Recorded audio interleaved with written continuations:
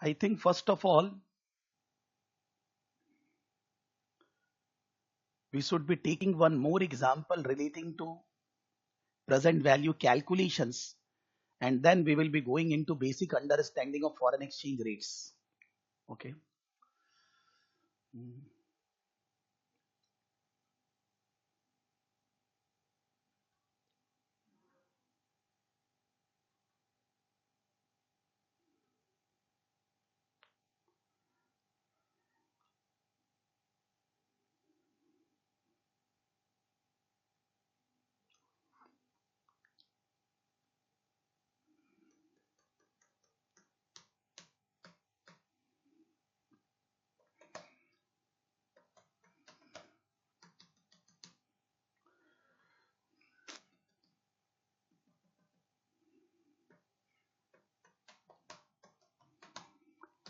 Cash flow.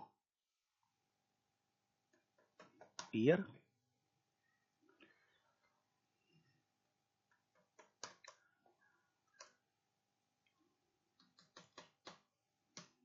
year one, cash flow 200, year two, 250, 250, year three, 250, year four, 320, year five, 320 plus 20%, year six, fifth year plus 15%, year seven, sixth year plus 10%, year eight, seventh year plus 3%, 3% per annum forever.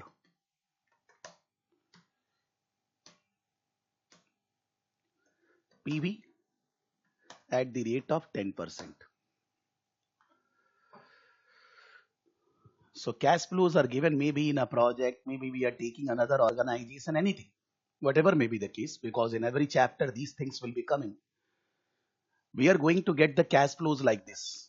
First year 200, second year 250, third year 250, fourth year 320, fifth year 320 plus 20%, sixth year whatever is the fifth year plus 15%, seventh year whatever is the sixth year plus 10%, and eighth year whatever is the seventh year plus 3%, 3%, 3%, 3%, 3% forever. So what is the value, present value today at the rate of 10%? Giving you all 5 minutes. You don't have to show me the calculation. What is the final answer? It's 740, 745. Take your 5 minutes. Whether it's wrong or right doesn't matter. But do the calculation. That's my advice.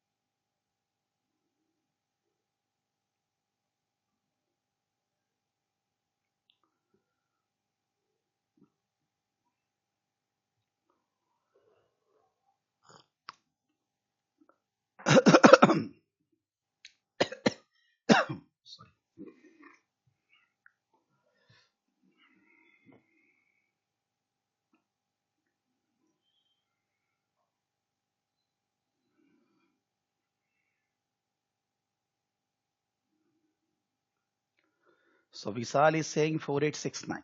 Okay. Vishal 4869. Then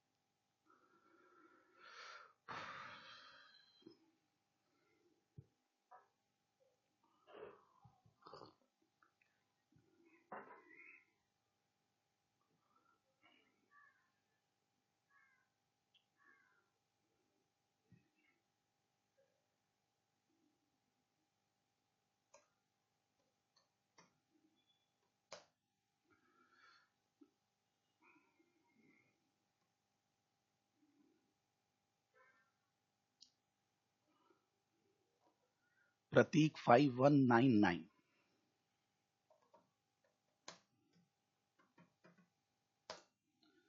Some approximation error may be there. That's not a question. Vivek also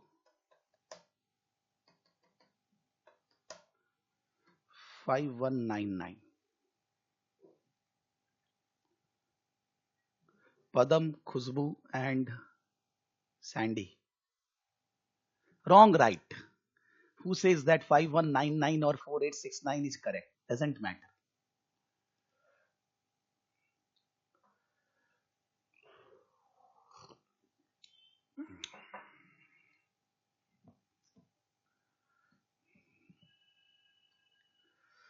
Khushbu 4651. 4651.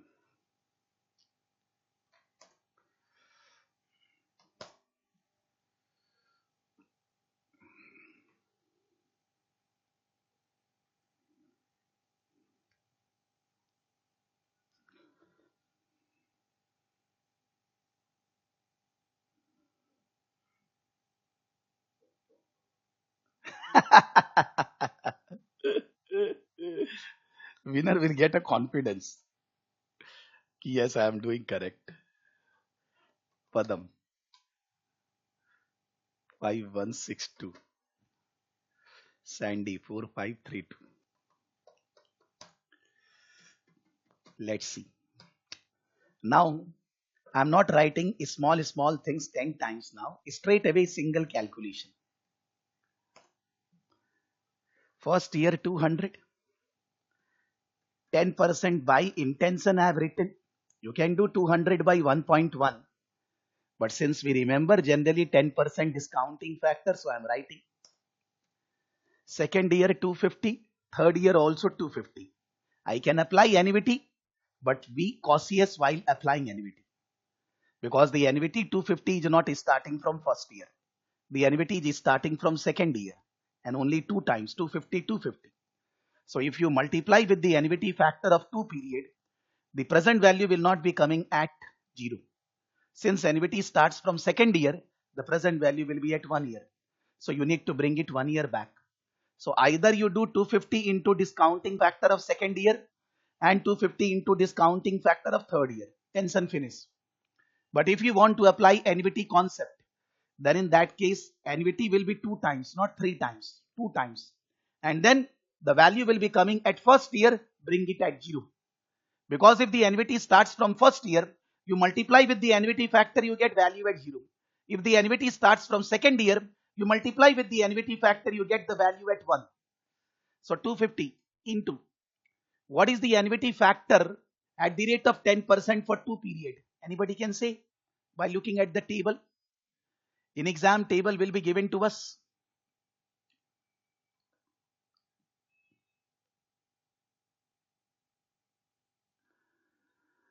What will be the annuity factor? 1.735. Now please understand that this 250 into 1.735 is not the value at 0. Second year, third year, value at first year. 1 year back, 0.909. Anybody has done the calculation? 250 into second year discounting factor plus 250 into third year discounting factor, not a problem. Same figure will come. Plus fourth year 320.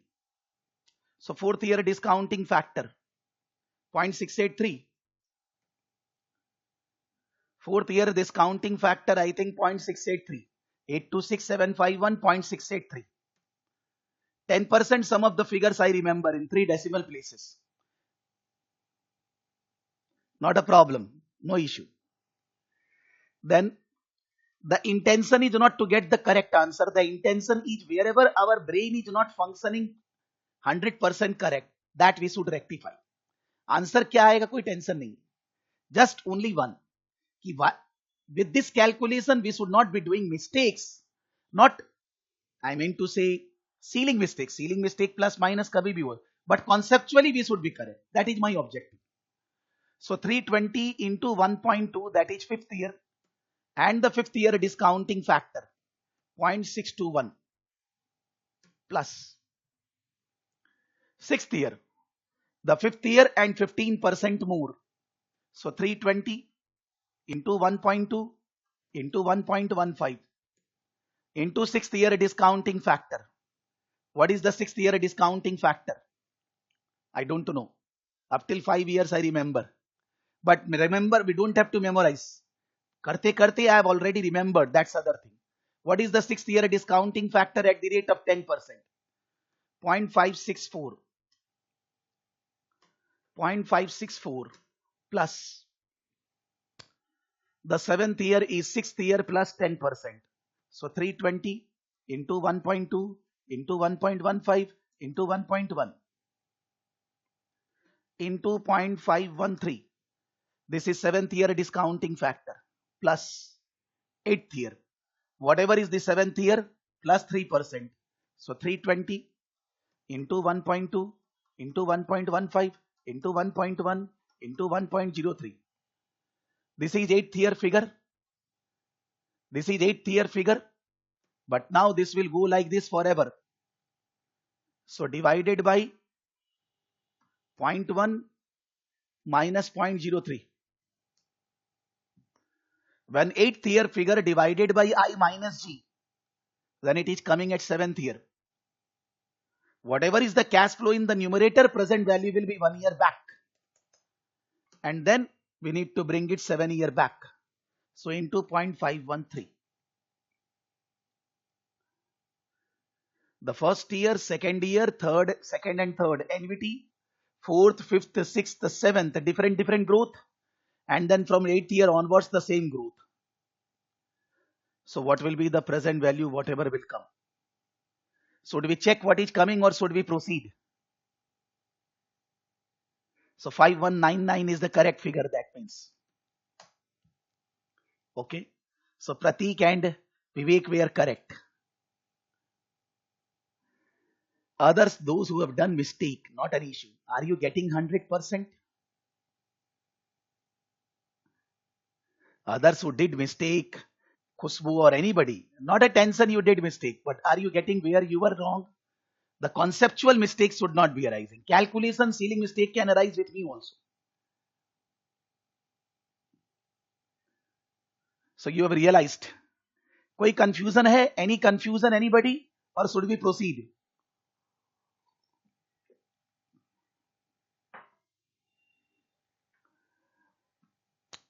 You think that this figure is not 8th year, this figure is first year. You think that the cash flow will grow at the rate of 3% from first year onwards. So you assume that for the time being, don't see the solution, think that 320 into 1.2 into 1.15 into 1.1 into 1.0 is first year figure. So first year figure divided by I minus G, where you will get the answer. Whether 200 into 0.909, 200 is first year, we are getting at 0. So when we see that 320 into 1.2 into 1.15 into 1.1 into 1.03, it's first year figure, then we get the value at 0, 1 year back. In the question 320 into 1.2 into 1.15 into 1.1 into 1.03, it's 8th year figure. So 8th year by I minus G, you are getting at 7th year. 1 year back, and then 7 year back.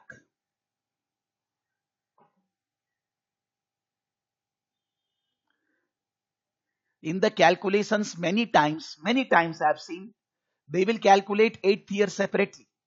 They will say 8th year 320 into 1.2 into 1.15 into 1.1 into 1.03 into point whatever is the 8th year discounting factor. They do separately. And then 9th year they do this. 9th year cash flow divided by I minus T. The whole thing multiplied by 8th year. So say answer will be same only. But we should not be confusing by looking at the answers. These calculation we should be doing on our own. Some here and there will be there because of approximation. Because I am doing the calculation by 3 decimal places. Somebody is doing the calculation by 4 decimal places. Somebody is using entire calculator, not using the table. Some differences will be there. You can't say that exactly your answer, my answer, book answer will tally. The methodology need to be correct. Exact figures, pi cannot be tallying. Getting everybody? So now we are proceeding. This was basic understanding relating to time value of money. Yes, tell me, Sandy. So if let's say it's increasing from first year onwards with 3%, Yeah, without any all those things, yeah, then obviously if it's saying 320 increasing by 3% every year, year. then we'll just say 320 by 0.1 minus 0.03. No, you need to take in the numerator first year figure. Na? If you say that the 3% growth is first year applicable, then 320 into 1.03 divided by 10% minus 3%. Sorry. 3%, yes. Yeah, first year figure divided by I minus Z will give you value at 0. In our case, the figure in the numerator is 8th year figure. Yeah. So 8th year divided by I minus Z giving you the value at 7th year. So 7 year back discounting factor. If annuity is increasing from first year onwards, you don't need any discounting factor, right? Because already you are getting at 0, na? Yeah. But here you are getting the figure not at 0. You are getting all the 8th year onwards figure at 7th year. Yeah. So you need to bring it to 0 from 7 to 0. Yeah. Okay. I used to do it the other way. I used to calculate the 8th year first and then use I minus T in the 9th year.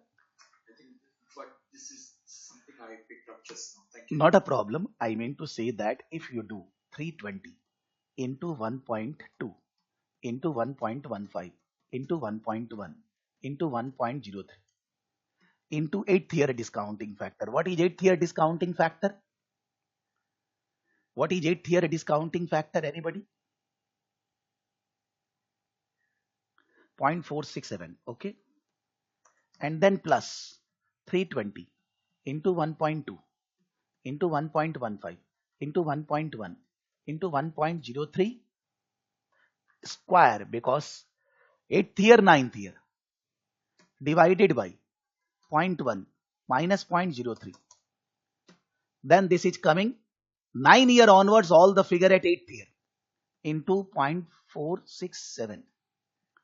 If somebody will do this, okay, if somebody will do this, the answer of this portion will be equal to 320 into 1.2 into 1.15 into 1.1 into 1.03 divided by 0.1 minus 0.03, the whole thing into 0.513.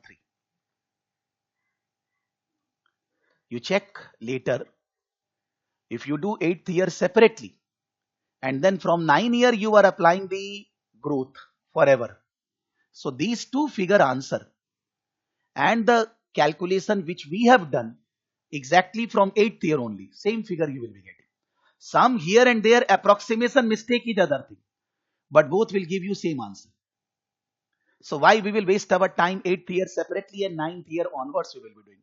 Because I can say that suppose 9th year also I will do separately, then from 10th year I will do. So in that case, so my time is getting involved, na? 8th year, 9th year, 10th year. Why? When I know that from 8th year the growth is 3%, from there only I should apply growth formula. Perfect. Thank you. Yeah. So everybody can check. If any confusion, you will be able to check later that in both the situation, this figure, whatever figure will come, and this figure will give you the same value. There is no difference.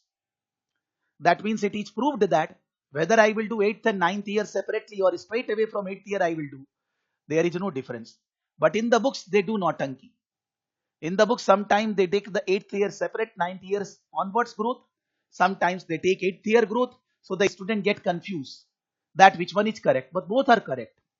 So I mean to say that whenever we will be doing a question in capital budgeting, in valuations, in mergers, and the cash flows are there, because in every chapter cash flows are there. It's my request to all of you, don't see the solution. Let them do whatever they are doing. We have our concept. We will be doing on our own our calculation so that we can understand how can we do faster also. And then we will check whatever answer they have given. Because they will write something in an order, terminal value, something like that, which we know, but by looking at the sentences and the calculation, we get confused.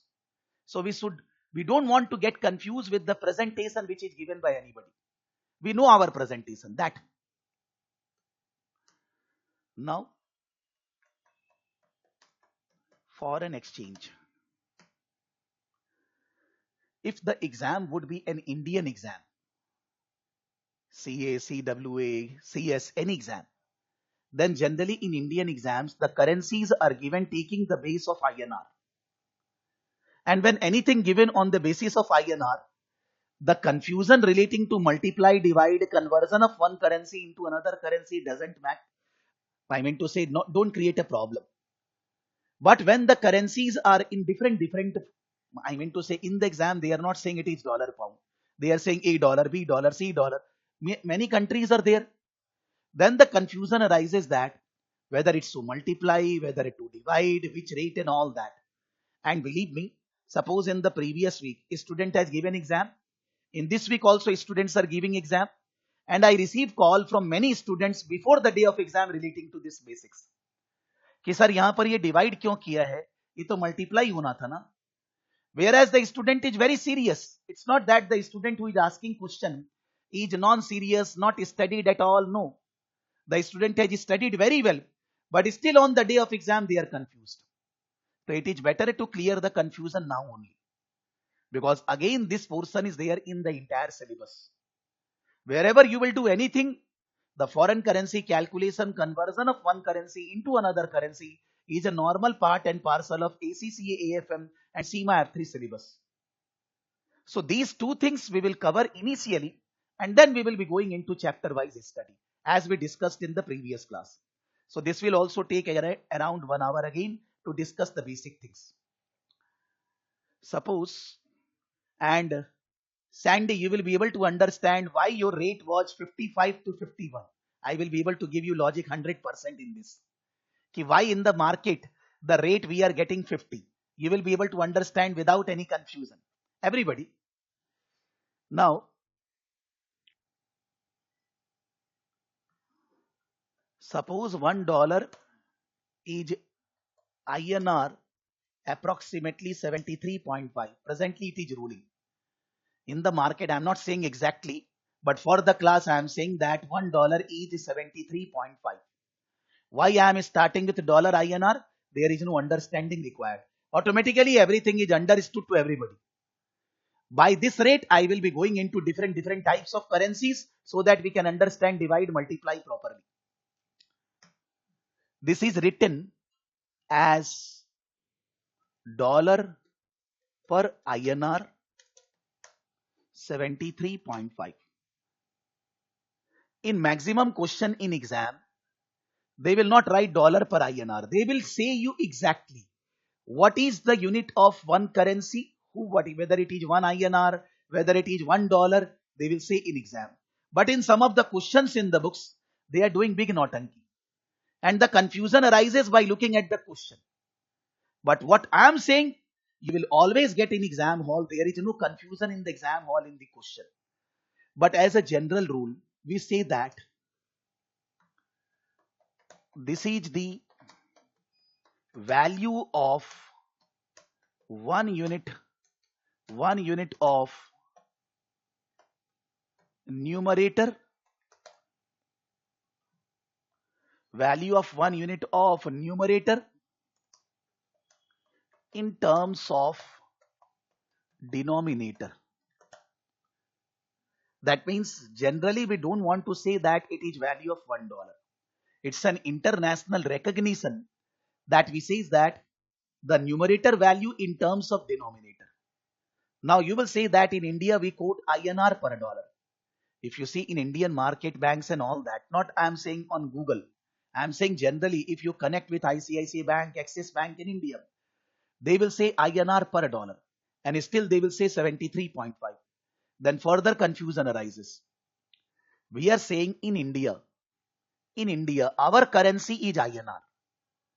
So whenever we quote in India, we will say INR per dollar, INR per pound, INR per yen, and so on. We always want to keep our home currency in the numerator. That's normal quotation in the entire world. In Australia also, Australian dollar per dollar, Australian dollar per pound, Australian dollar per euro. That's normal rule. We are not discussing for country specific rate quotation. We are discussing what is the international norm.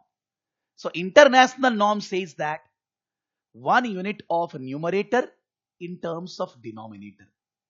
1 unit of numerator in terms of denominator. Suppose somebody will want to say INR per dollar equals to 73.5. Is that person is wrong? No. In a question it is given it is wrong? No. But if it is INR and dollar, there is no confusion. I know that $1 is 74, 75 INR. But if the currency is A dollar, B dollar, Yang, Franc, whatever, there are 1,000 currencies. Then how I will come to know that it is actually value of $1, it is not value of 1 INR. In the question, it must say that it is $1 equals to INR 73.5. When somebody will say that it is value of one denominator for numerator, when somebody will say that I am saying INR per dollar 73.5, but I want to say that it is not value of 1 INR, it is value of $1, then I have to communicate you that here 1 unit is not INR, 1 unit is dollar. Now some of the questions in CIMA material, in ACCA material and other places also, they have written the rate like this and they have not mentioned that it is value of $1. And they are doing the entire calculation assuming $1 value. That question is not logically given in the book. Don't get confused by looking at that question. You show me a single question in exam which is saying like this and have not considered value of 1 unit of numerator. You will not find a single question. In books they are doing nautanki with you. Not in every problem. Maybe suppose in the books 20 questions are given. In one question they are doing a nautanki, but you need to be crystal clear that in exam those types of things will not come. In exam, whatever is general norm in the world, that is applicable. That is always the rates are value of 1 unit of numerator in terms of denominator. Whether the rates are given like this, whether the rates are given like this, or they are given like this, the exam question will always say that it is value of $1 equals to INR 73.5. It is value of $1 equals to INR 73.5. So in exam, they are never giving the question without explanation. But in the books, the questions are given without saying that which is value of 1 unit. Whether $1, whether 1 INR. So it's a normal norm in the world globally that numerator 1 unit in terms of denominator. So me, you or anybody as a general norm, we will understand that this is 1 INR 73.5.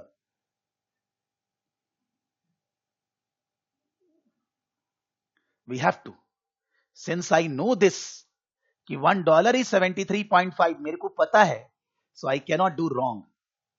So even though if this is written and the balance explanation not written, I will consider $1 73.5 only. But if the exam, somebody will say that question is given like if you don't know the currency value, we will say 1 unit of numerator in terms of denominator, because that's the norm. But that question will not arise in exam, believe me. I have never seen a simple question, single question in the world. But in the books, they have done naughty. So by looking at the books in one or two problem, don't get confused yourself. That is my request. And on the day of exam, don't take tension. If in any question this has been done, then you will be practicing now only. And in your notes, write that this question has a naughty done.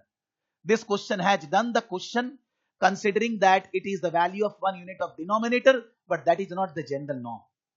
I don't remember in which question where they have done, but 1 or 2 questions in the book has been solved without saying that it is value of 1 unit of denominator. Okay.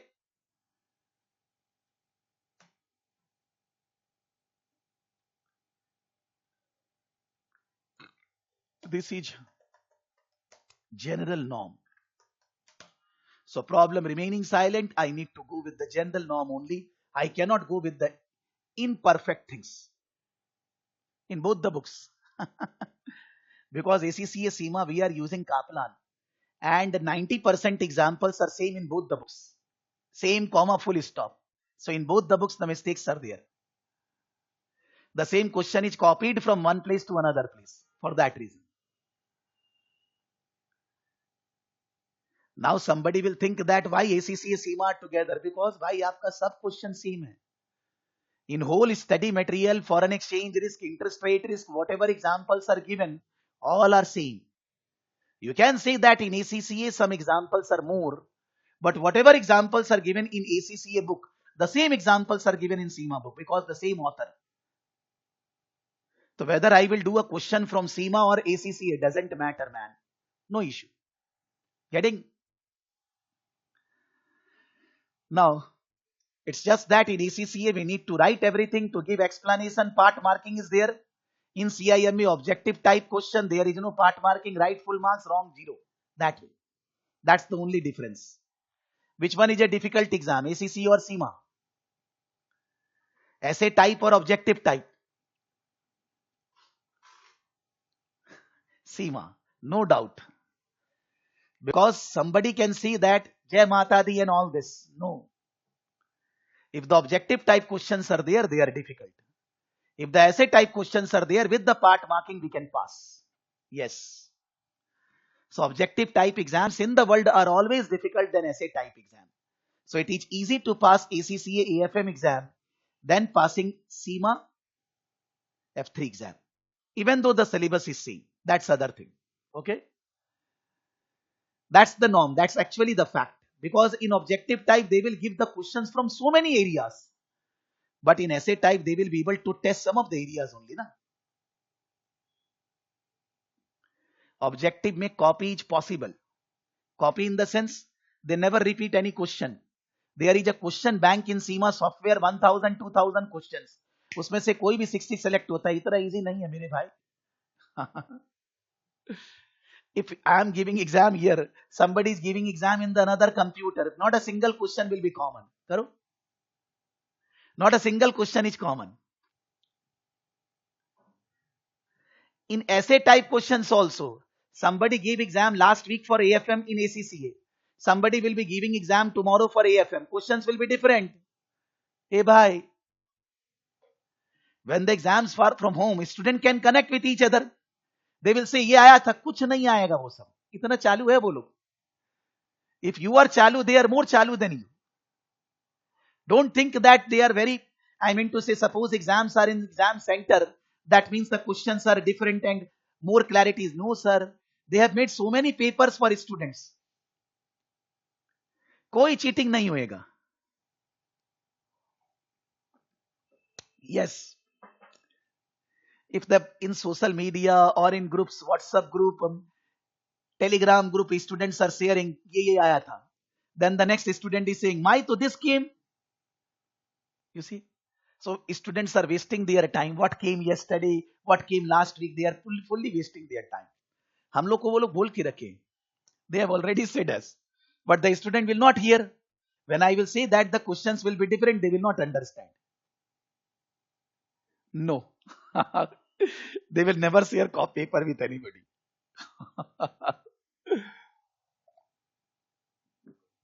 नहीं है वो. The paper nobody knows. Even the examiner who set the paper, they also don't know. Because different sets of papers are prepared, they are jumbled up. And when the student gives the exam, click any question selected from that. It's a question bank. So nobody knows that. No, Sachi mein, not lying. Believe me. I only say Vidya Kasam, Sachi mein. There is nothing. Otherwise, so I will be doing that only. Not a problem. Now, so the first concept is the rate of exchange is only value of numerator in terms of denominator. Okay. Whether it's dollar, pound, yen, whatever. Value of numerator in terms of denominator. Now,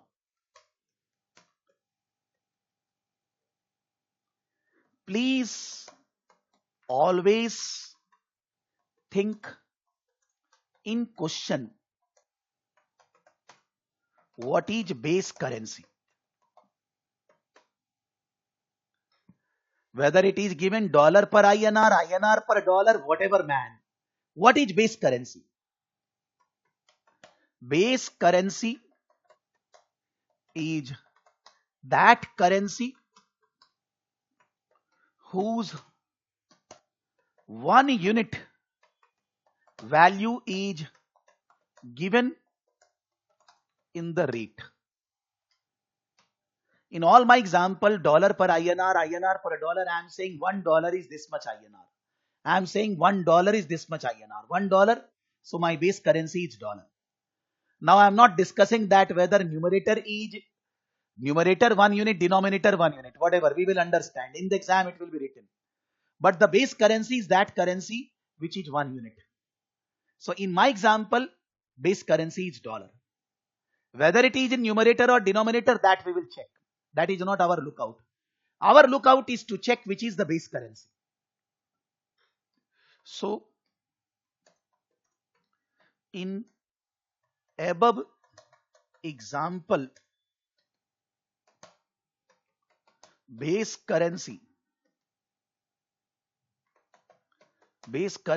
is dollar, because the rate is given for $1.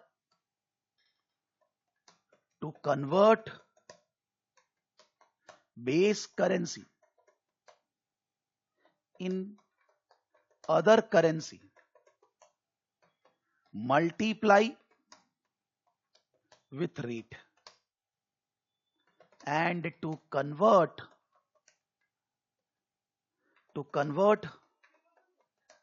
other currency into base currency, divide with the rate. What is base currency? If you can identify whether it's a numerator, a denominator, it doesn't matter. If you convert base currency into other currency, you have to multiply with the exchange rate which is given. If you convert other currency into base currency, you need to divide. Like I will convert dollar into INR. I will multiply with 73.5. And if I will convert INR into dollar, I will divide with 73.5. It is very simple in INR and dollar and all that. But when you will be getting a question, the confusion arises. It need to be set properly in brain. That whenever you are getting a question, multiply, divide should be coming like this. Because in a question, this is normal thing in every question, multiply, divide of the foreign currency. Now, in foreign exchange market, at a time, two rates are quoted. Who is quoting those rates? Authorized dealers. Who are authorized dealers? Banks and financial institutions. In India, authorized dealers are those who has been given license by the RBI to deal in foreign currency, to buy sell foreign currency. All the banks and other financial institutions are given license by the RBI to buy and sell foreign currency. Similarly, in every country, the Apex Bank gives the license. We are saying them as authorized dealers.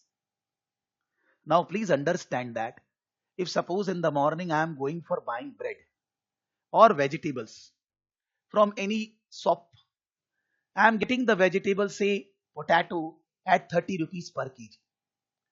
The person who is selling me potato, he purchased the potato at less than 30. That is his gain, because that is his business.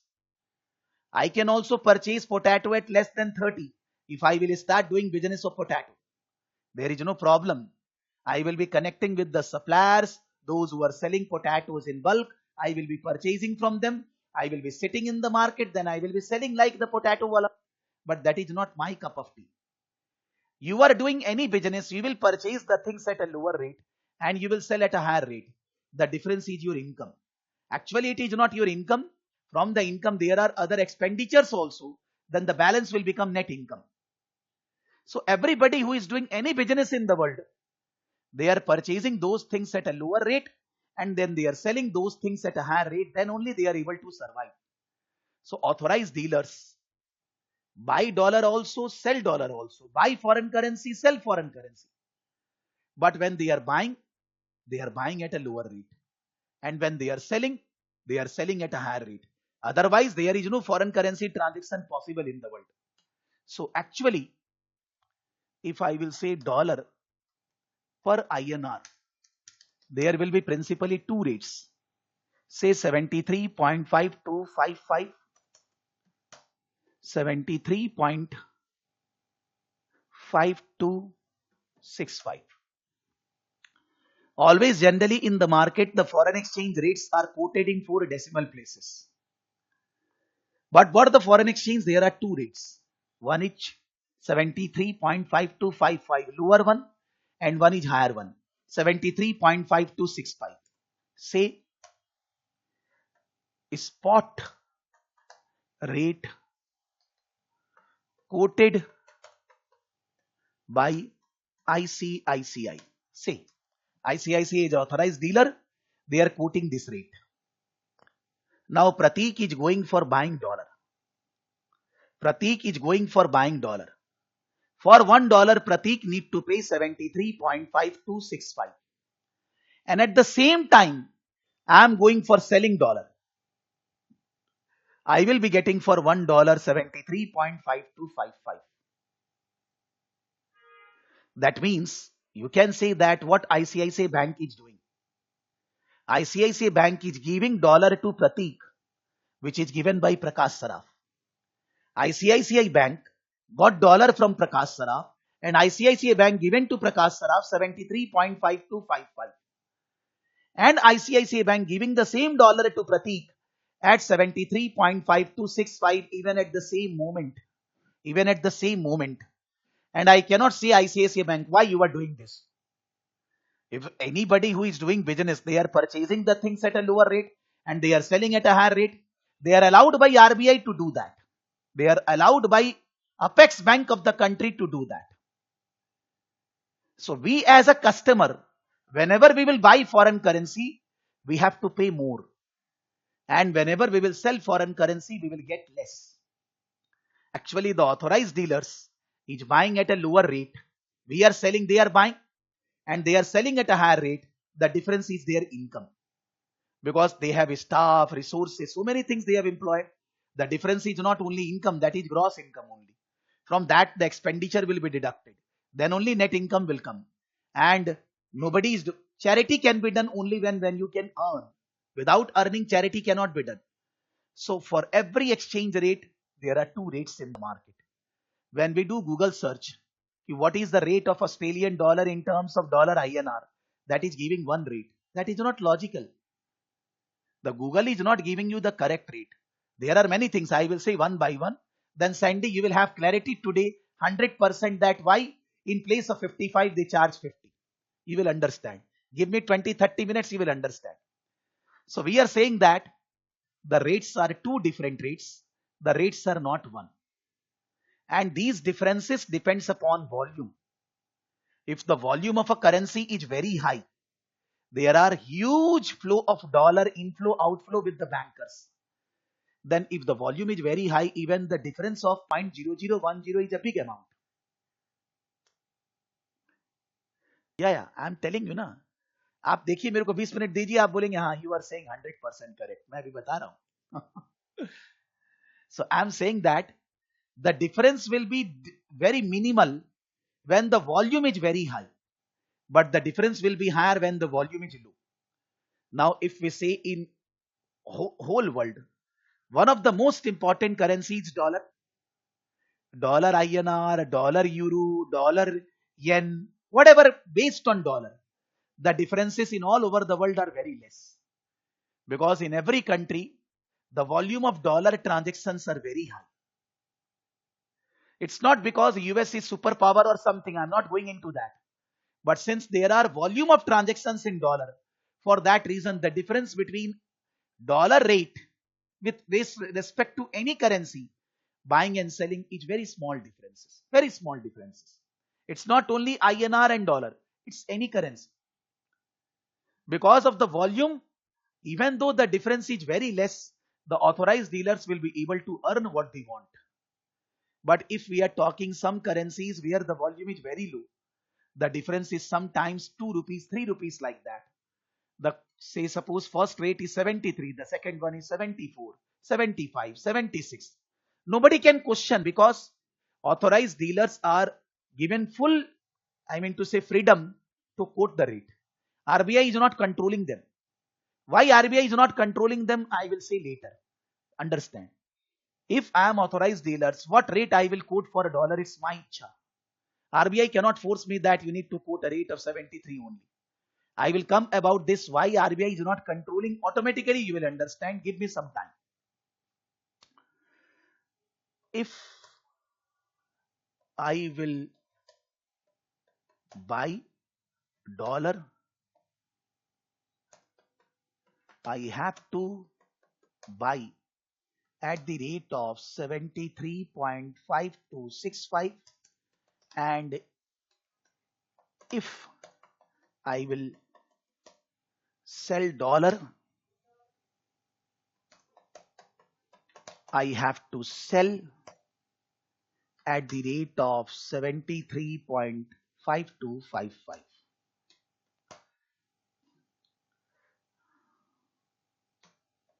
The above is dollar selling and buying rate.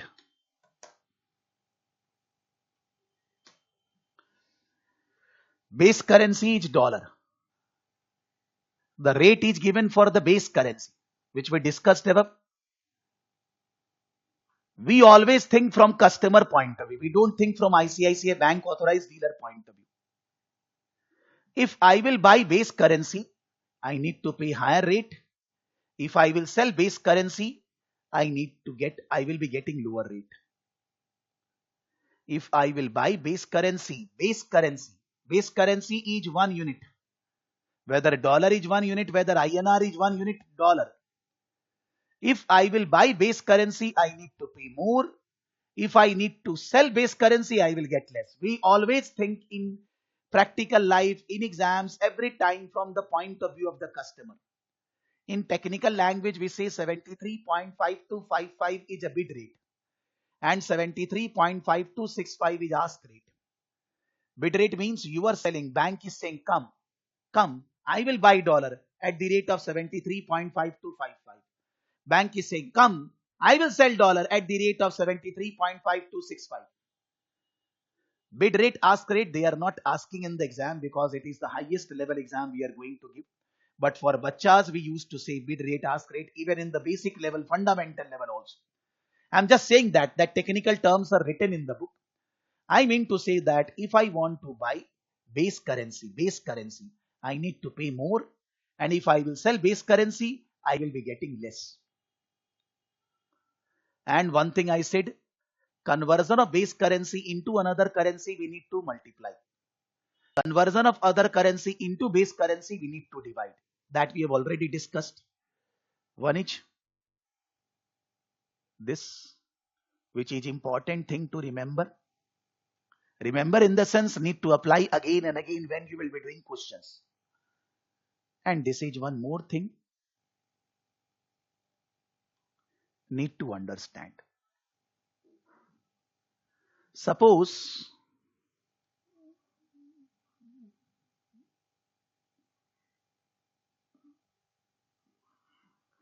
I am taking this hypothetical example. The example is an Australian firm has just bought some machinery from US. So Sandy, from your country, an Australian firm has just bought some machinery from a US supplier for US dollar 2,50,000 with payment due in 3 months time. Exchange rates are this. What is 3 months forward? I have not discussed. You don't think about 3 months forward. You just think about spot rate. The spot rate is given 0.7785, 0.7891. In the spot rate, what is the base currency? Dollar or Australian dollar? In this example, which one is the base currency? Dollar or Australian dollar?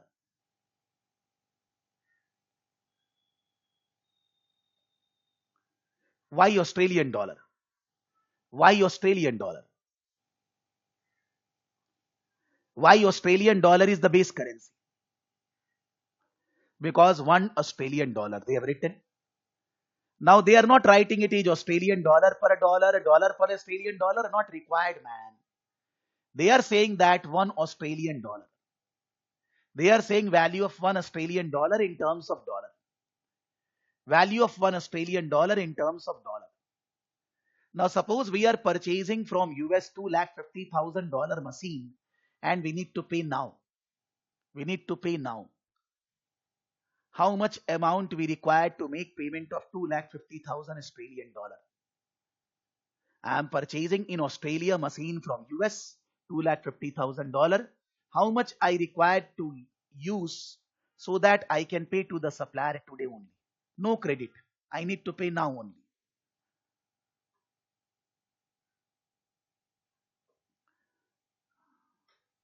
How much I need to pay?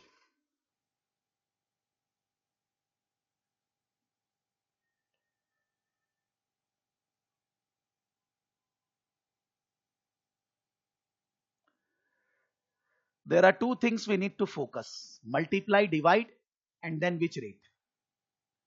If the base currency converted into another currency, multiply. If the base currency converted into other currency, multiply. If the other currency converted into base currency, divide. The first thing. Here the base currency is Australian dollar. One Australian dollar. We need to convert a dollar into Australian dollar. If Australian dollar converted into dollar, then into. But dollar converted into Australian dollar, so divide. Okay. The second thing, which rate? If I will buy Australian dollar, higher rate. If I will sell Australian dollar, lower rate. This is Australian dollar rate. If I will buy, I am thinking from customer point of view, not from authorized dealer.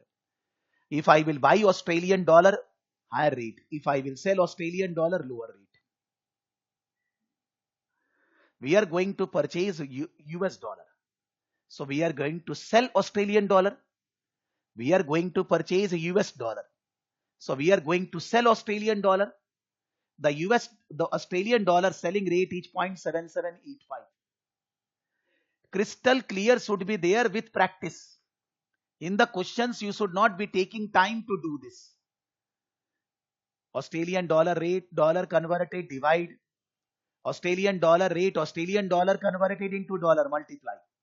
This is Australian dollar rate. If I will buy Australian dollar, higher rate. If I will sell Australian dollar, lower rate. I am going to sell Australian dollar because I am going to buy dollar. So it is 0.7785. So two things. The rate is for $1 dollar. So base currency is $1 dollar. Since it is $1 dollar, so the base currency is $1 dollar. To convert A dollar into dollar multiply and vice versa. Vice versa will not run. And so on, I am saying. Here we need to convert $250,000 into Australian dollar. So we have to divide. We have to divide. Because if Australian dollar converted into dollar, multiply. But if dollar converted into Australian dollar, other currency into base currency, divide. If we buy a dollar higher rate and if we will sell a dollar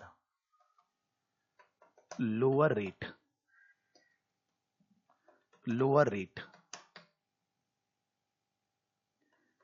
we will buy $250,000 by selling a dollar. We need to buy to pay to the supplier $250,000. How we will buy Australian dollar? By selling Australian dollar. So lower rate will be applicable. Lower rate will be applicable. Now,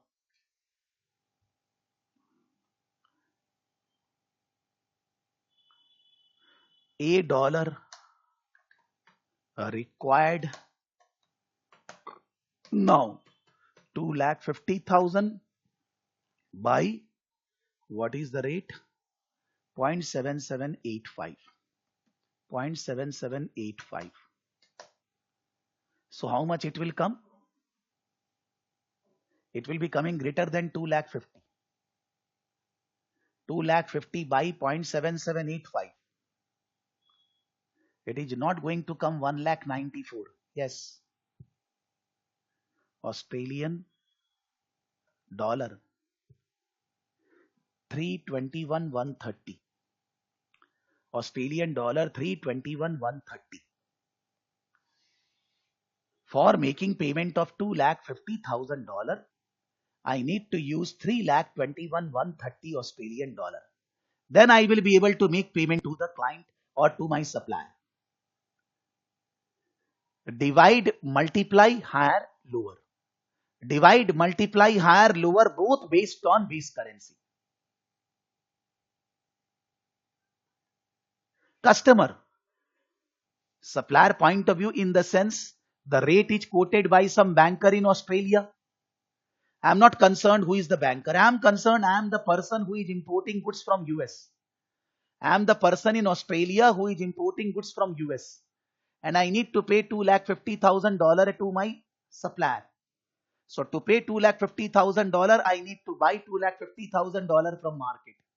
And I am from Australia. Definitely I must be having Australian dollar. So I am giving Australian dollar and then purchasing dollar. The Australian dollar when I am giving, that means I am selling Australian dollar. So with that way we are doing the calculation. We will always think from the client point of view. We will not think from the point of view of the bankers. In any question, anywhere in the practical life, you need to think from the client point of view, not from the bankers, authorized dealers point of view. So the two things we need to understand, which is both based on base currency. If your understanding relating to base currency is correct, the mistakes will not arise. Base currency converted into other currency, multiply. Base currency you will buy higher rate, base currency you will sell lower rate. Both the things are base currency. Here the base currency is dollar. We are going to sell base currency, so divide. Lower rate. And we are going to convert other currency into base currency, so divide.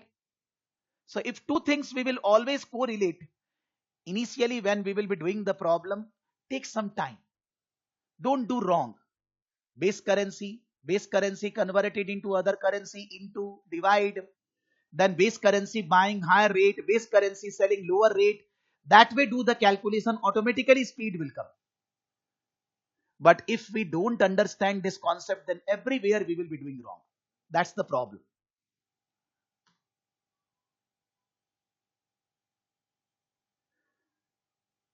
Now,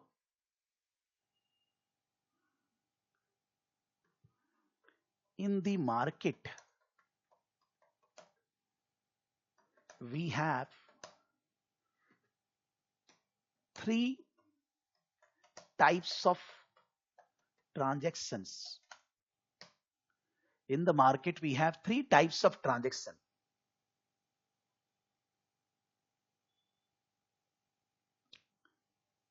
I will not say that you will be able to get 1,000 questions, but in the chapter, like suppose you will say that relating to this type, time value of money, from where I will get many questions. I don't think so that you will be getting in any book so many questions on present value calculation. These all which I have given is you can say instant book. No, Google में भी नहीं मिलेगा यार इतना. एक दो ही मिलेगा ना. I will not say Google. I will say that in entire 3 months we are going to this only. We are going to do this only, every chapter, everywhere. So you can see that for the time being, when we have started study, you can open any chapter. Wherever the rates are given, you start doing multiply, divide for 4 or 5 problems. Either your CIMA book, any book, there is no problem. But ऐसे कहीं पर नहीं मिले खाली divide multiply question नहीं यार. So don't take tension.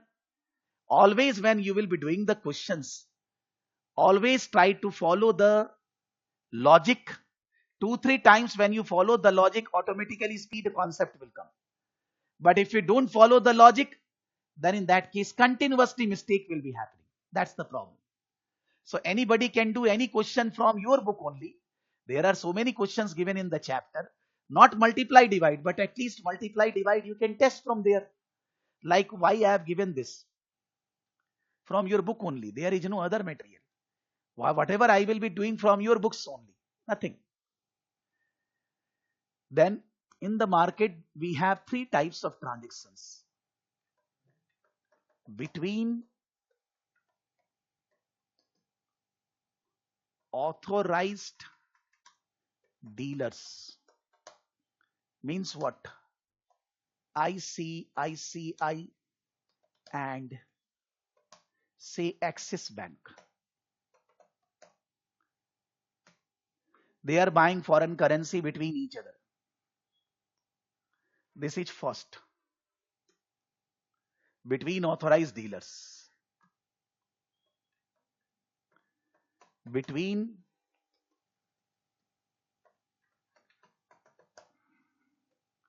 authorized dealers and big corporates.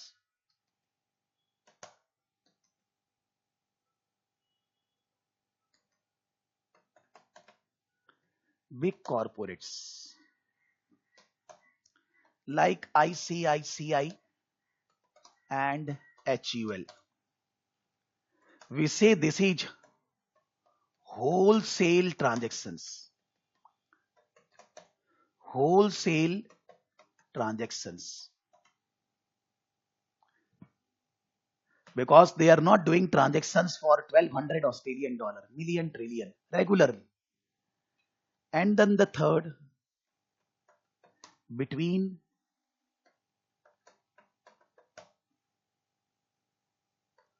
authorized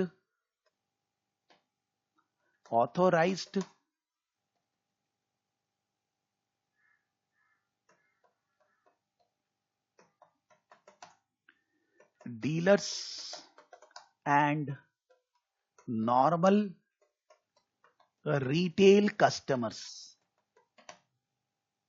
You can say ICICI or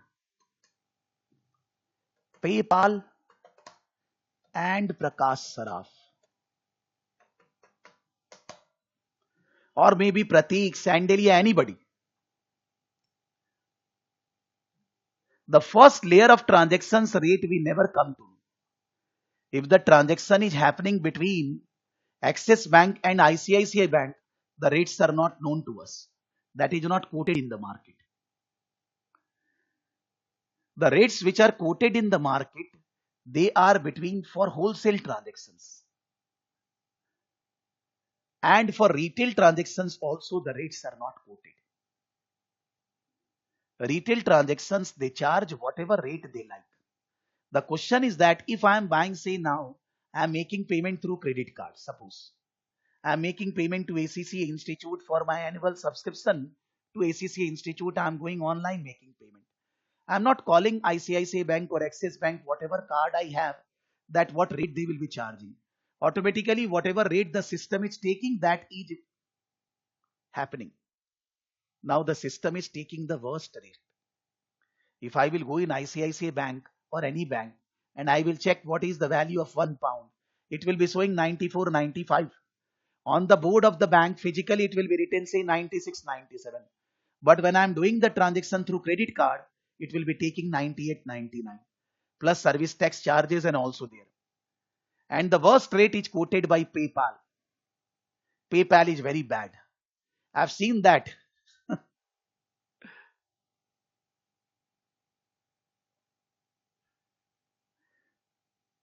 It is 4 rupees they will charge definitely. ये तो कम ही है यार. आप कुछ नहीं कर सकते.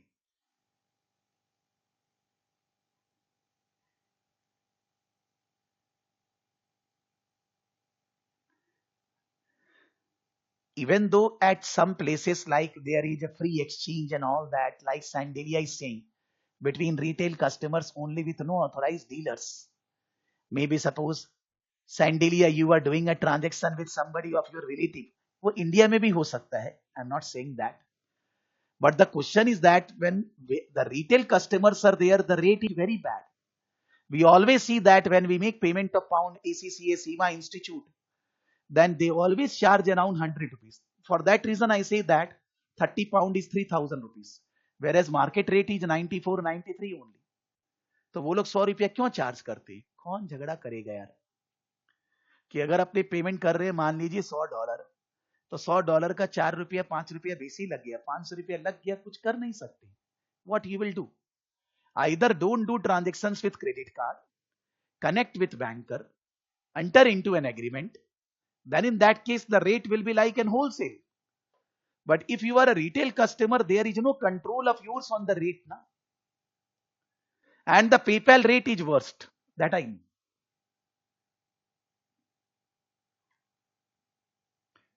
You can't do. What you will do? आपके पास ऑप्शन क्या है? Other than credit card, you can't make foreign currency payment as for a retail customer. Because otherwise there are so many formalities required to sign the form, this, that and all. Not a bad business. You think in that way that this 600, 700 is in small transactions becoming a big amount.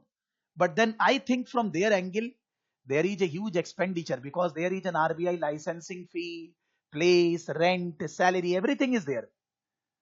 So maybe they want to earn on retail transactions more and more to cover their expenses. I have not seen the financial statement, how much profit they are generating. No, because my volume of transactions in foreign currency are very low. They will not enter into contract with me. अगर कोई महीना में foreign currency यार $1,00,000 करीब आए तब तो बात करें ना. Generally the students from outside, they are paying in INR only. There are many students from outside, but they always pay in INR. The payments in foreign currency is in a month 3 to 4 student maximum. So it is in INR total 1,50,000. For that they will not enter into contract. They are not interested.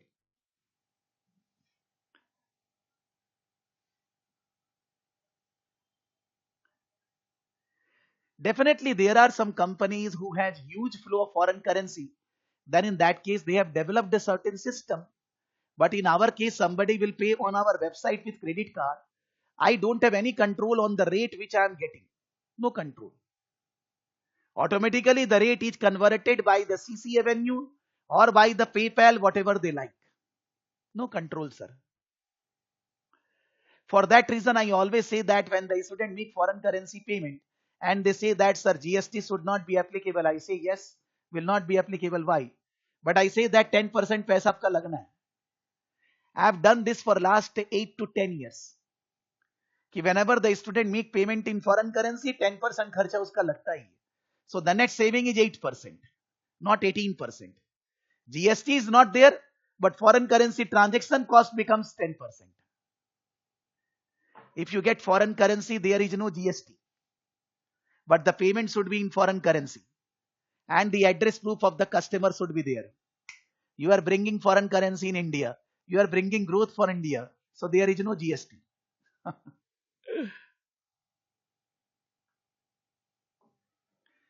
But the rate will be 10% more. 18% GST minus 10% more, because it is like that only.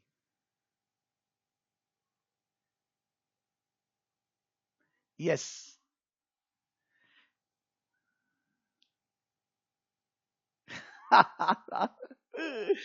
अभी सैंडिलिया ने पे किया था, तो सैंडिलिया बोला कि sir एक Australian dollar का रेट 55 है, मैं 50 क्यों दूंगा. तो मैंने सैंडिलिया को बैंक स्टेटमेंट हम लोगों ने दिया कि भाई हम लोग को 49.74 मिला है. Then Sandilya got disturbed that why, but that's the fact. तो आप अगर बाहर से पे करते तो 10% फिर भी लगता, 8% सेविंग होता. या और एड्रेस प्रूफ भी चाहिएगा यार. You need to give the address proof outside India, address proof, so that we can present in front of government that we don't have to pay GST.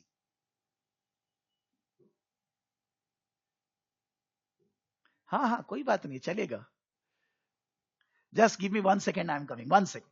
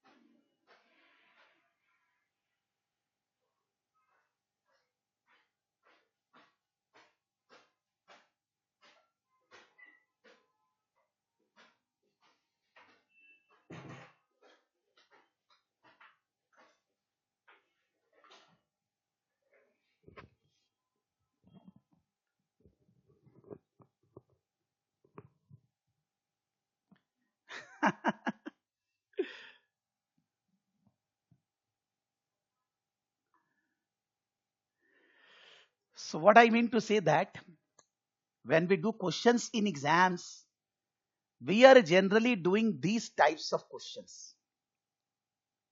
This is exam questions. The wholesale transactions. It is not a transaction between Prakash Saraf and ICICI Bank. It is actually big corporates who are regularly doing export, import, borrowing, lending in foreign currencies. Volume of transactions are there. They have contracted with an authorized dealers, entered into an agreement that a better rate will be quoted for them. And then that those transactions we are doing in the exams. We are not doing the first category of transactions. and we are not doing the last category of transactions in the exams. तो जब भी student Google pay rate देखता उससे कोई मतलब है नहीं यार, no concern. Google pay rate double rates है नहीं, बाइंग सेलिंग रेट, क्योंकि ऑस्ट्रेलियन डॉलर एंड आईएनआर का रेट भी उतना बढ़िया नहीं होना चाहिए. And the second thing is that there is no control of yours और mine on the rate. Whenever you are making payment, your control is not there, my control is not there. This is the problem. So even though 18% GST is saved, but the 10% loss is there. So 8% net saving is there, that I can see. And there is no payment possible from Pakistan. Whatever you do. No bank transfer, no credit card, no debit card, no PayPal, nothing. Any payment from Pakistan to India is impossible. The students don't understand that. They are saying that, sir, there is a problem on your website. I am not able to make the payment. अरे भाई करने देगा ही नहीं पाकिस्तान से. But they don't understand. They blame that our website is not working properly.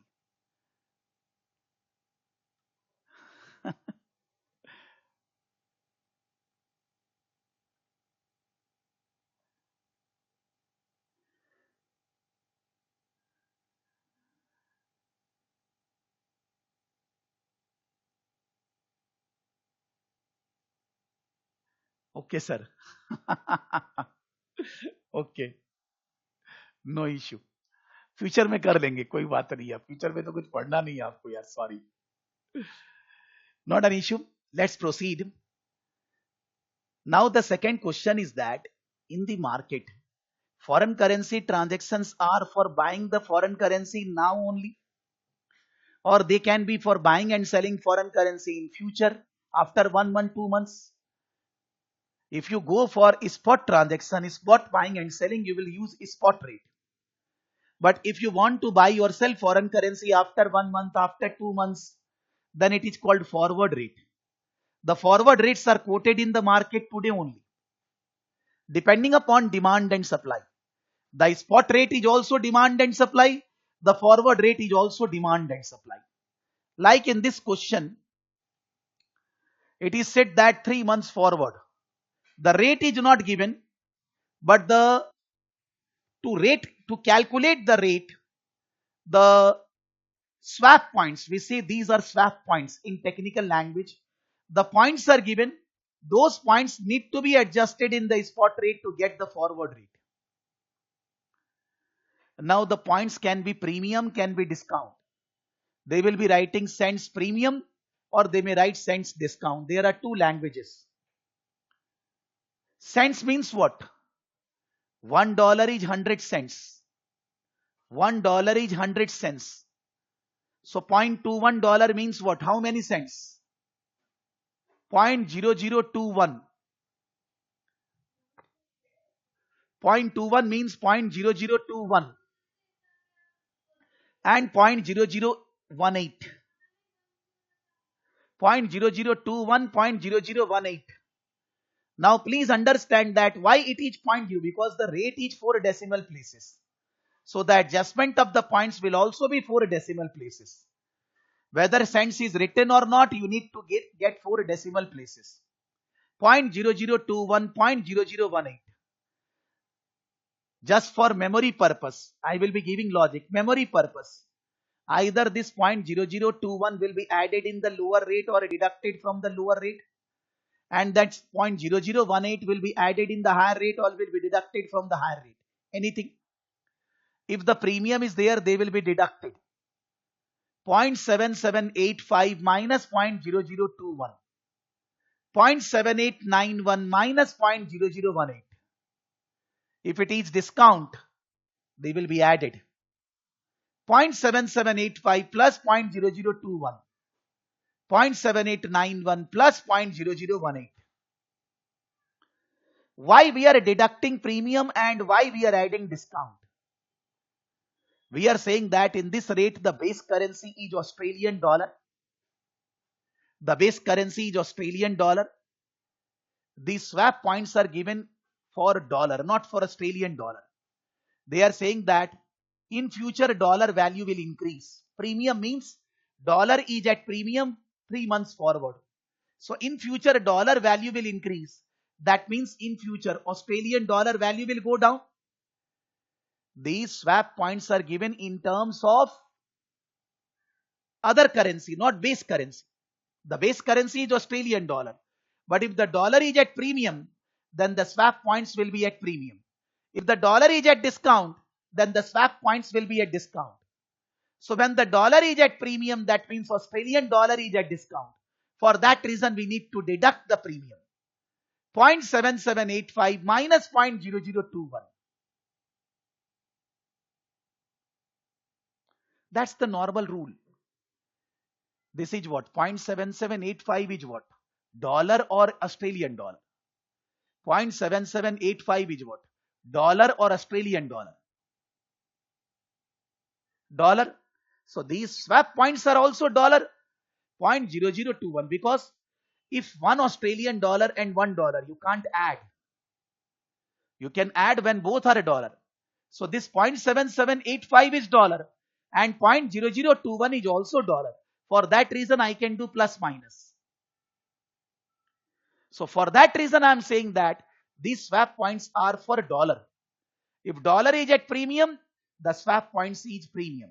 If the dollar is at discount, the swap point will be at discounts. Premium means dollar is at premium, Australian dollar is at discount. So I need to deduct. Another logic. If I am deducting 0.0021 from a lower rate and I am deducting 0.0018 from a higher rate, higher will remain higher only, because from a lower rate I am deducting more and from a higher rate I am deducting less. So higher rate will remain higher. When the swap points are a discount, it will be ulta, 0.18 and 0.21. When the swap points will be at discount, it will be ulta, 0.18 and 0.21. So you will add 0.0018 and you will add 0.0021. In a lower rate, you are adding lower figure, and in a higher rate, you are adding higher figure. The higher will remain higher. We don't have to calculate swap points in exam. The swap points will be given to you. But if the swap points is premium, from the spot rate you need to deduct. If the swap points is at discount, in the spot rate you need to add. Because the swap point is not given for the base currency. The swap point is given basing the other currency. So premium we need to deduct, discount we need to add. Sir, if that is 3 months forward is 0.18 cents discount, then do we add 0.21 to 7891? No, it will not be given like that. If it is discount, it will always be given low high. It will not be given high low. Discount is given low high and premium is given high low. That's the rule. So you will not be adjusting cross one by one, same layer. The examiner has to give the correct question. They can't give wrong question.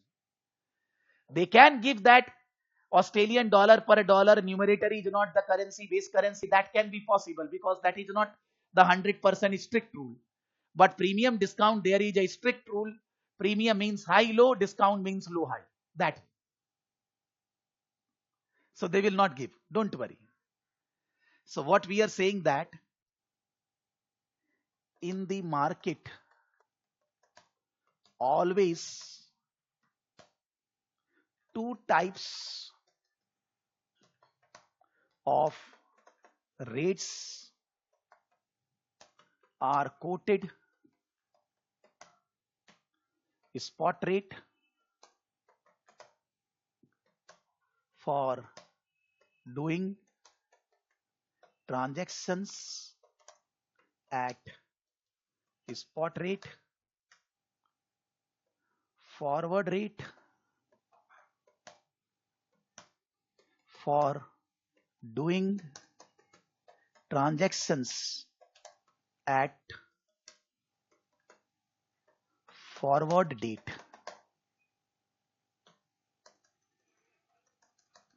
In forward rate, many times swap points are given if swap points are premium deduct from spot rate if swap points are discount, add to spot rate. Swap points are always given for other currency or other currency, not for base currency, not for base currency. That's the rule in the market. They are always taking the other currency premium discount. So if it is other currency premium, the base currency is at discount. If the other currency is at discount, that means the base currency is at premium. So if it is premium, we need to deduct. If it is discount, we need to add. Sometimes the forward rate directly given in the question, the swap points are not given. They will automatically do minus 0.0021 minus 0.0018. They have straight away given you the forward rate. So you don't need to do any calculation. I have seen that normally at our level, higher level, they don't give swap points frequently. They give the forward rate straight away. So there is no separate calculations required. Now, an example. Dollar per GBP 1.5265, 1.5285. Then dollar per euro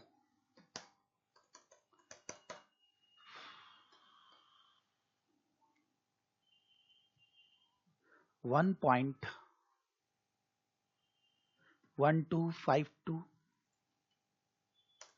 1.1285. Euro per GBP.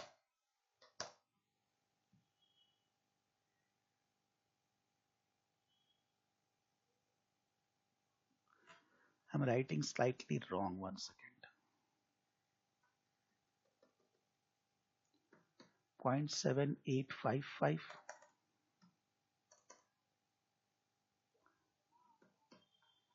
7895.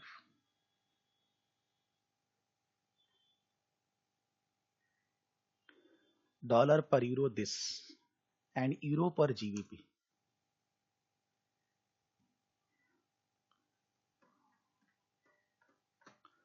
Don't think that is this logical question or not, because I don't remember every rates. Just that for practice purpose I am giving.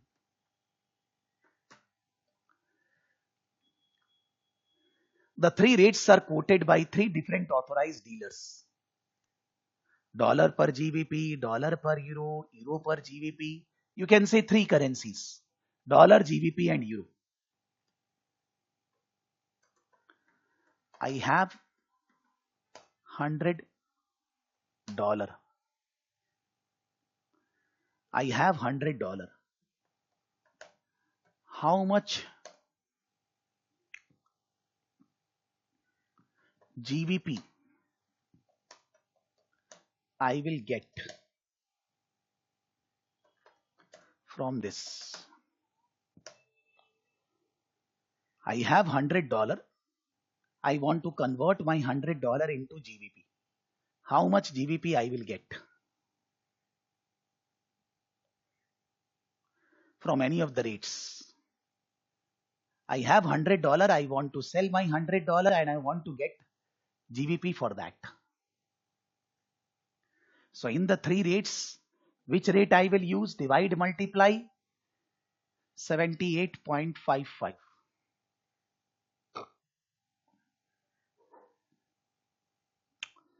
We are saying that the first rate is dollar and GBP. The first rate is dollar and GBP. In the first rate, base currency is dollar. I am having $100. So base currency converted into another currency, multiply. Now I am going to sell dollar. Selling dollar will be at a lower rate. Lower rate is 0.7855. So base currency dollar. Base currency converted into another currency, into. Base currency I am going to sell. Selling rate is a lower rate, 0.7855. So I will be getting from the first rate this much GBP, 100 into 0.7855 equals to 78.55 GBP. Can I do it in a different way? I will convert my $100 into euro, and then I will convert euro into GBP. Is this possible? First of all, I will convert $100 into euro with the second rate, and then I will convert euro into GBP with the third rate. This is also possible. So $100 will be how many euros? $100 will be how many euros? From first rate. This is from first rate. $100 again, base currency dollar. I want to sell dollar. The rate is 1.1252. 100 into 1.1252.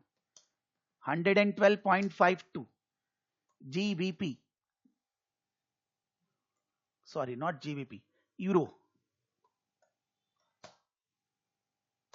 From second rate. And then euro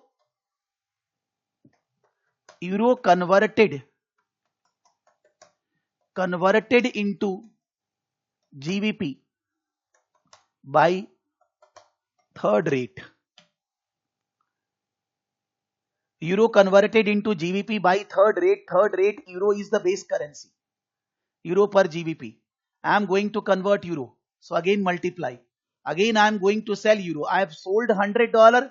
I got euro. Now I will sell euro. I will get GBP. So it is 112.52. Why divide? Why not multiply? In the third rate, base currency is euro. So euro converted into GBP, multiply. Base currency converted into another currency, multiply. Other currency converted into base currency, divide. In the third case, euro is a base currency converted into GBP. So multiply. So multiplied by 2.355. Why lower rate? Why lower rate? Because I am selling euro. 112.52 into 2.355. How much? How much it will come? 265.04. 265.04. So which one is better option? This is option 1. This is option 1. And this is option 2. Which one is better option? Huge difference, because I have taken illogical rates. अब मेरे को थोड़ी ना याद है यार. Huge difference is there because I have taken illogical rates. For that reason, na.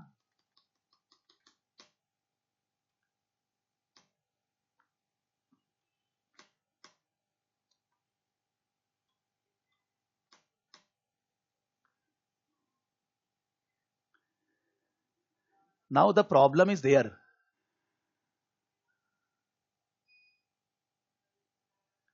No. The problem is there. If I will say that in one bank, $1 value is 75, and in another bank, $1 value is 74. So I will always buy at 74 and I will always sell at 76. The seller will go to those banks, those authorized dealers who are quoting 76. And the buyer will go to those authorized dealers who are quoting 74. Suppose there are authorized dealers. One authorized dealer is only getting buyer. Only customers are coming for buying dollar. They are not coming for selling dollar. And the other authorized dealers is getting only the customer for selling dollar. They both will understand there is some problem in their rate quotation. Because the authorized dealer wants that he will be buying 1 lakh dollar, he will be selling 1 lakh dollar. No tension. He want to match that the buyers will be there, the sellers will be there. So automatically the authorized dealers adjust their rates. When they found that the buyers or sellers are not coming constantly, then they change their rates. RBI is not controlling them. If you put illogical rates, automatically you will suffer. Similarly, if there is dollar rates, there is GBP, there are so many currencies. These currencies rates can be converted into one rate.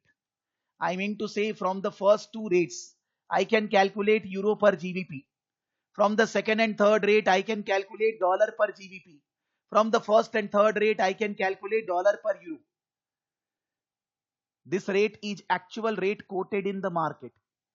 But when I calculate dollar per GBP, dollar per euro, say euro per GBP, then that rate is not quoted in the market. That I am inferring that if a bank, if an authorized dealer is quoting dollar per GBP, dollar per euro, this, that means exactly what the authorized dealer is saying GBP and euro rate. That I can do. And we in the class will be able to do in 2-3 minutes. Those who are doing regularly this, they can do in seconds.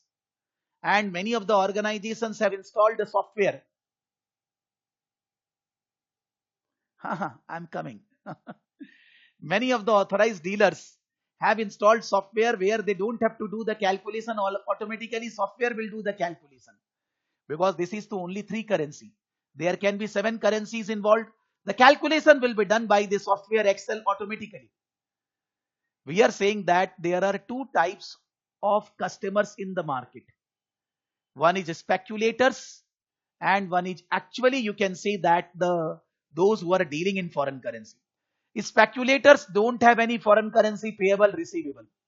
They just speculate on the basis of speculation. They enter into transactions. They want to gain or loss. And there are those who are actually involved in the buying, selling, import, export and all that. They are doing the transactions in the market. They are, you can say, actual transaction holder for managing their risk. They do hedging, hedgers. Now, Vishal, you want to say a language arbitrager. Arbitrager means without investing any money, without taking any risk, buying something from one market and selling the same thing in another market, getting some income. That is called arbitrage profit. Like in share market, you buy shares from National Stock Exchange and then you sell the same shares in Bombay Stock Exchange and you got income. That is called arbitrage income. Or I will say more simple example. I will buy fruits from one shop and I sell the fruits to another shop. I buy potato from one potato wala and I am selling potato to another potato wala. Is this possible? I will go in the market, vegetable market, buy vegetable from one vegetable wala and I will sell to another vegetable wala. That is not possible, man. Similarly, in the foreign exchange market, arbitrage is not possible, not so simple. Because if you think that you are dead hosiyar, then in that case the authorized dealers are chobal hosiyar. We can't think that we are only the knowledgeable persons in the world. We need to understand that everybody is knowledgeable, everybody is rational. So automatically the rate behaves in such a way that there is no arbitrage income possible. Here the example which I have given, I have said that in 2 cases it is coming different value. My example is illogical from practical aspects. It is illogical practical example. With the second calculation also it will be coming 78.55 only. It will not be coming different than that.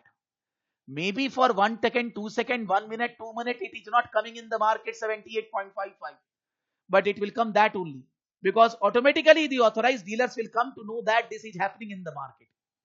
When we are understanding in a class, in one class only this, how the people, irrational people in the market will not understand this.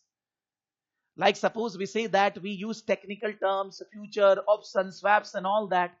My Dadaji, he is not there, grandfather, they used to do future option swaps at their young age. They didn't know that the meaning of this is called future options, which we are saying as technical term. But हम लोग के दादा परदादा 100 साल पहले भी ये सब करते आए हैं. It's not that they were, I mean to say, they were not knowledgeable. So we need to understand that maybe we are something studying in the class, maybe we are getting different figures, but that is not logical. Practical life, if you convert dollar into euro, euro into GBP, directly into GBP, there is no difference, man. There is no difference. Because if this thing will happen, you will be buying dollar from here and you will be selling dollar here. You will be buying dollar at 78.55 GBP in the first rate. And then whatever dollar you will get, you will sell in the second and third rate, get 265. Make arbitrage profit, million, trillions. That doesn't happen. Now, in questions also, sometime I will say that only these two rates are given. And they are asking you to convert euro into GBP or GBP into euro.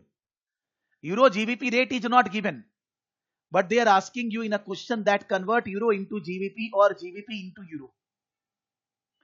Suppose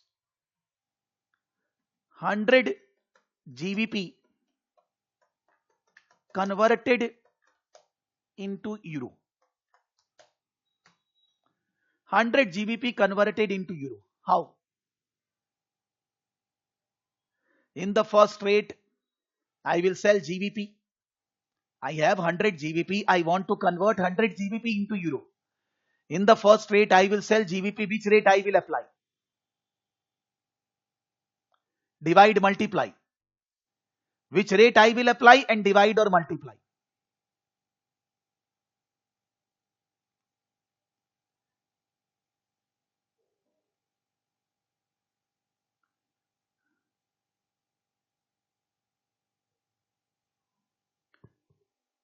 Dollar is a base currency.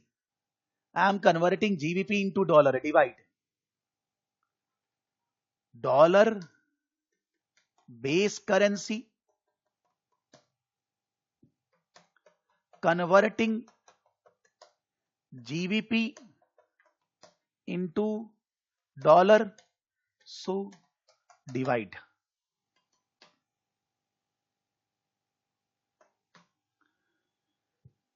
Now we are selling GBP. The base currency is dollar. Selling GBP means buying dollar.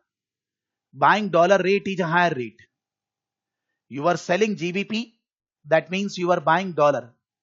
Dollar buying rate higher rate, dollar selling rate lower rate. We are selling GBP, so buying dollar, so higher rate. So it will be 100 divided by 0.7895 dollar.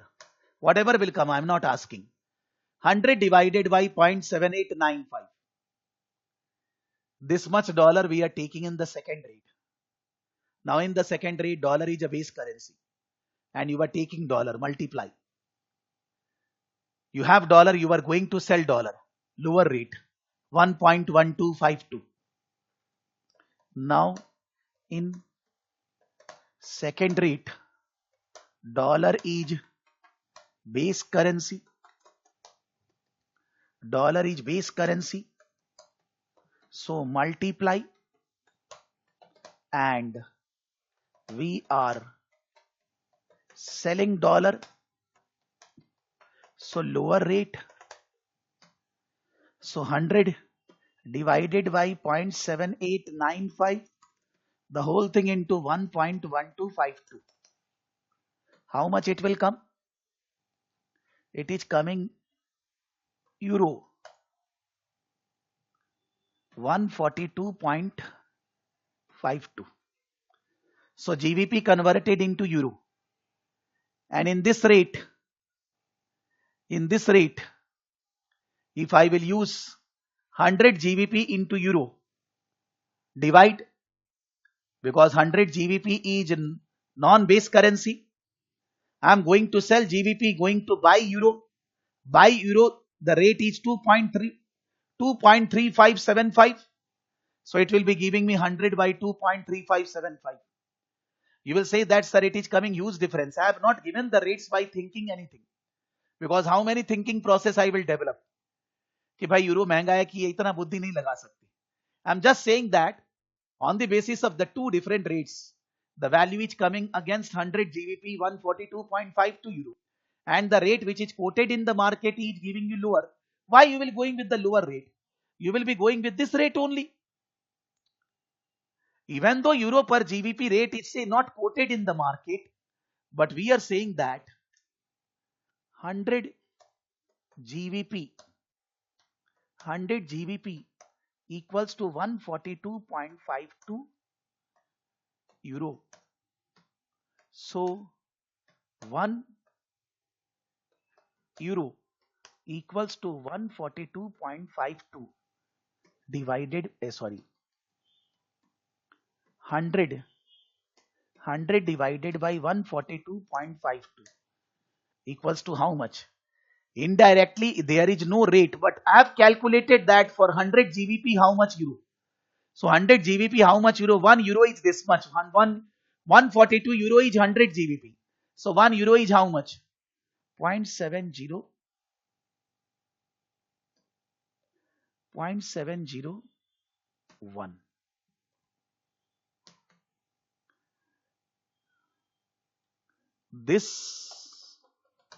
This rate is not quoted in the market. Not quoted in the market. But with the two different rates, this is implied rate. With the two different rates, this is the implied rate. Implied rate means nobody is quoting in the market.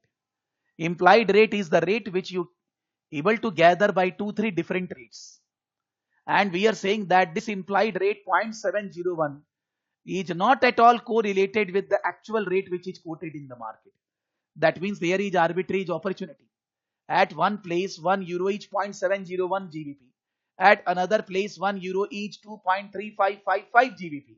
Obviously, at one place it is sasta, at another place it is mehenga. You buy it from a cheaper place and you sell at a higher rate place, you will get income. But this is only in the sum. In practical life, there is no income like that. But in the questions, you need to convert one to another, another to another, and so on. The conversion will be there. So many times, the question says that this 0.701 is a cross rates. I don't want cross rate. I will be able to convert a dollar into GBP, GBP into euro. There is no problem. I don't want to find out cross rates with two rates, not required. I will be doing my calculation normally. Base currency converted into other currency, multiply, otherwise divide. Base currency buy, higher rate, base currency selling, lower rate. I am not concerned with cross rates or anything that is not required. The cross rates can be calculated. Many sums have been solved by doing cross rate calculation, but I will never be doing in the class cross rate calculation. Implied rate I will not calculate. I can convert one currency into another currency with any rates which is given. There is no problem. And in the market 0.701, 2.355 will never arise. Never happened, will never happen. So always your focus will be there. Base currency kya hai? Base currency converted into another currency, multiply. Base currency you are buying, higher rate. Base currency you are selling, lower rate. That's all. Now whatever will be given in the question, you will be able to do a correct calculation. And the problem with this area is more than the problem in the advanced knowledge. When I will be discussing hedging, forward, money market, future, option swaps, those are difficult because of this basic understanding. That divide, multiply we are doing wrong. For that reason the question answer becoming wrong. Not because of forward money market is creating a problem. And this will be there in the entire syllabus, divide, multiply continuously. Not now, just I am giving a homework. Not that we are ending the class.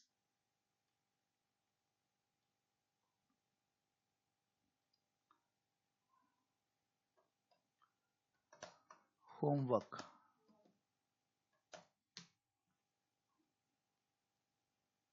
$, $, 0.7565, 0.7585, $,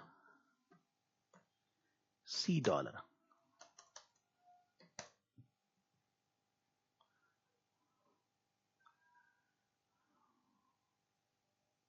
One point 23523 1.2395. $, C dollar. Now whether $, is dollar, pound, euro, I don't know. So there is no tension that this, I am saying $, B dollar as a currency. Because in any country when the currency name is not there, they are saying dollar only. $, B dollar, C dollar, D dollar, whatever. B and C are countries, the currency name based on the country. $, C dollar. Actually in exams also, if they say that the country is Uganda, then they say the currency is U dollar. Like that only. In all the CIMA, ACCA international courses, the country name is treated as a currency name. This one, 0.5265, 0.5295. If we have $100, calculate arbitrage profit, if any. You will say that whether it will come in exam? No. Because exam cannot ask you illogical things. Then why you are giving, you will ask? Just to practice multiply, divide. Just to practice multiply, divide I am giving. Like Sandelia said that from where I can practice, I am giving you for practice. But this is not related with practicality. Arbitrage profit like this is not possible. If we have $100, calculate arbitrage profit, if any. That is, you start with $100 and it becomes $120 20 arbitrage profit. You start with $100 it becomes $130 arbitrage profit. If we have $100 calculate arbitrage profit, if any. I don't know whether arbitrage profit will come or not. Just I am saying if it is there, calculate. Can $100 becomes greater than $100? Can $100 becomes greater than $100? Can $100 becomes greater than $100? That we need to check. Suppose first of all $100. Just I am communicating, others you will do. $100. I want to convert $100 into B dollar through the first rate. I want to convert $100 into B dollar from the first rate. $100 base currency, so multiplied. I want to sell $100, so rate is 0.7565. 100 into 0.7565 B dollar. 100 into 0.7565 B dollar. This B dollar I am taking in the third rate to convert it into C dollar. This B dollar I am taking into third rate to convert C dollar. B dollar is a base currency. Multiply. B dollar I am selling 0.5265. So whatever B dollar will come into 0.5265 will give me C dollar. Will give me C dollar. Now the C dollar again converted into A dollar. C dollar again converted into A dollar in the second rate. Now it is other than base currency. Divide. I have C dollar, I will sell. That means I will buy A dollar. A dollar buying rate 1.2395. So whatever will be there, I divide by 1.2395 and I need to check whether it is greater than $100 or not. If it is greater than $100, arbitrage profit is there, otherwise not. Again, I am saying, first of all, A dollar converted into B dollar, 100 into 0.7565 B dollar. Then B dollar converted into C dollar into 0.5265. Then C dollar converted into A dollar divided by 1.2395. And if it is greater than 100 A dollar, then the arbitrage profit is there, otherwise not.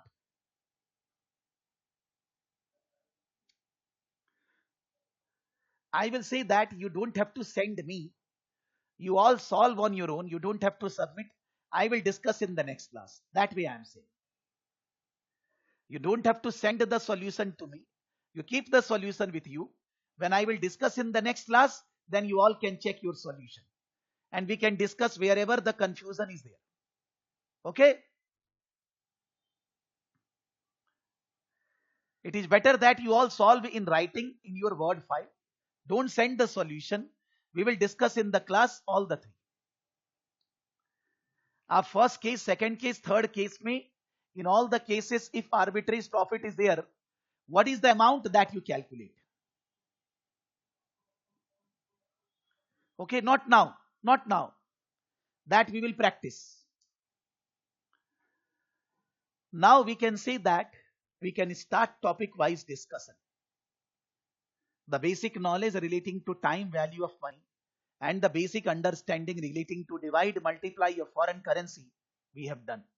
Now we can start the topic-wise study. So as I said in the previous class, first of all, we will be doing foreign exchange risk and interest rate risk. This will take 7-8 classes. 3-4 classes for foreign exchange, 3-4 classes for interest rate. So by the mid of January, we will be doing this only. Foreign exchange interest rate risk. This is the difficult portion in the syllabus. The most difficult portion. Foreign exchange and interest rate risk. So first of all, we are doing that. Foreign exchange risk. First of all, the question arises, what is risk? Risk means whatever you are expecting, if that will not happen. Risk means if I am going to give exam, if I will not pass, what will happen? Maybe I can score rank also. But just I am saying that in a common layman language, risk means losses. But for a professional like us, risk does not mean loss. Risk means deviation from expectation. Whatever you are expecting, the actual outcome may be more, better, may be worst, good or bad. If a company has foreign currency transactions, foreign currency dealings, then in that case, the company is afraid that maybe because of change in the exchange rate, the company will suffer loss. They may gain also. The company may suffer loss or the company will gain. Now there are 2-3 types of foreign currency transactions. One is import, export, borrowing, lending in foreign currency. I am in India. I am doing import, export, borrowing, lending in dollar, pound, whatever. The other one is that I have done a project in US and the project will be giving me cash flows for 10 years, 12 years, 20 years. You can say that this is also a foreign currency transactions, but a transaction will be affecting you only till the date of transaction. And the transaction date may be 1 month, 2 months, 3 months, maximum 1 year. But if you are doing a foreign currency project, then in that case, it is going to affect you for a very long term. And at the same time, if I am not doing any foreign currency investment, nothing. But then suppose I am pure a domestic player. And suppose Sandy, you are an international player. Because of the changes in the exchange rates, you are getting benefit in India. I am not getting benefit because I am not dealing in foreign exchange. So your benefit is my loss because I am your competitor. So we say that it's not that if I am dealing in foreign exchange, then only the foreign exchange rate is going to affect me. Even though I am not dealing in foreign exchange, then also indirectly I will be affected by the foreign exchange rate changes. And if we have a foreign subsidiary, foreign branch, foreign division, foreign department, The assets and liabilities of the branch will be there in the foreign only. But the assets, liabilities, we will incorporate in our financials. Suppose there is a foreign subsidiary. Last year, we incorporate the subsidiary in the consolidated financials. And in the current year end also in 2020 December, again, we are incorporating the same asset.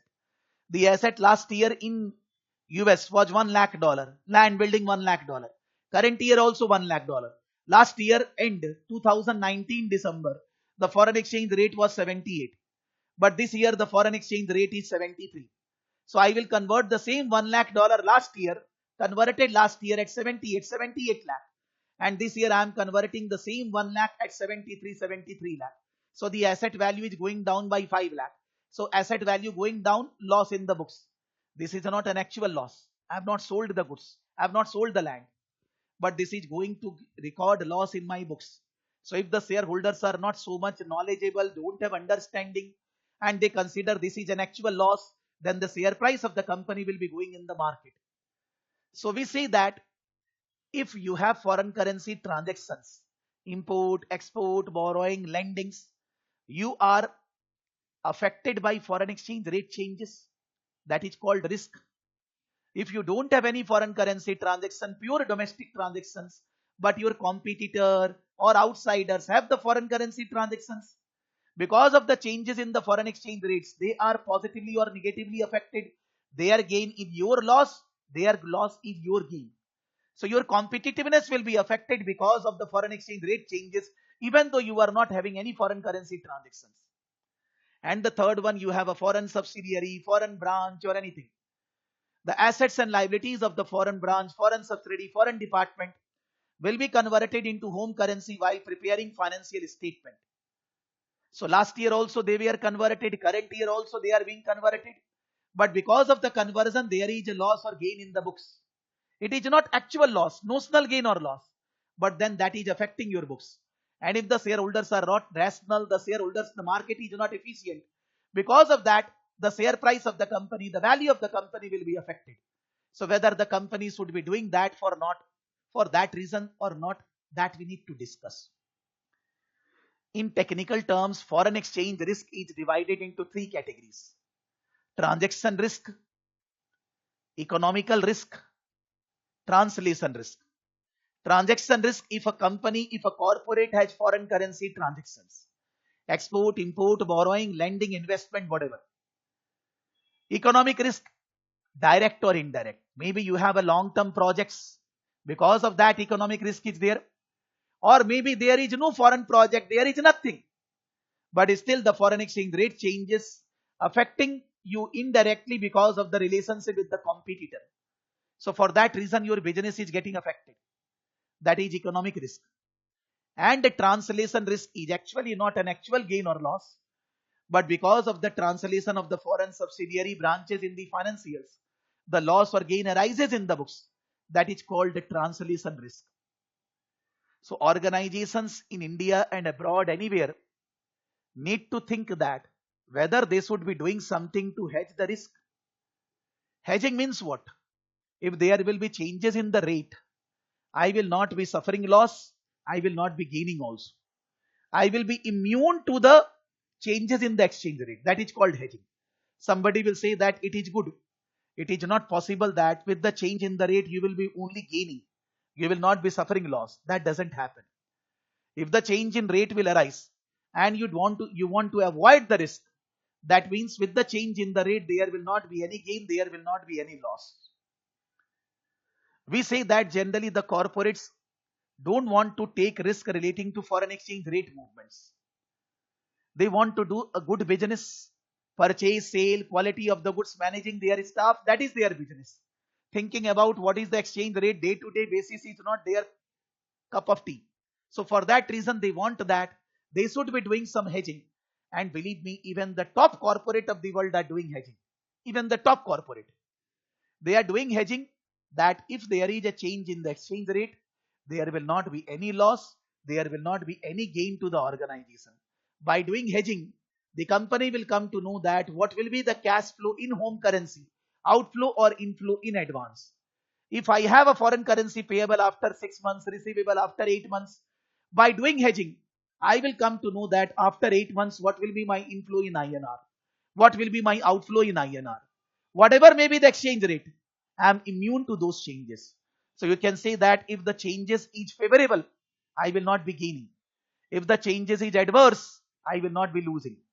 And I want to do a business. I don't want to forecast, or I don't want to headache for foreign exchange rate changes. I don't want to take this risk.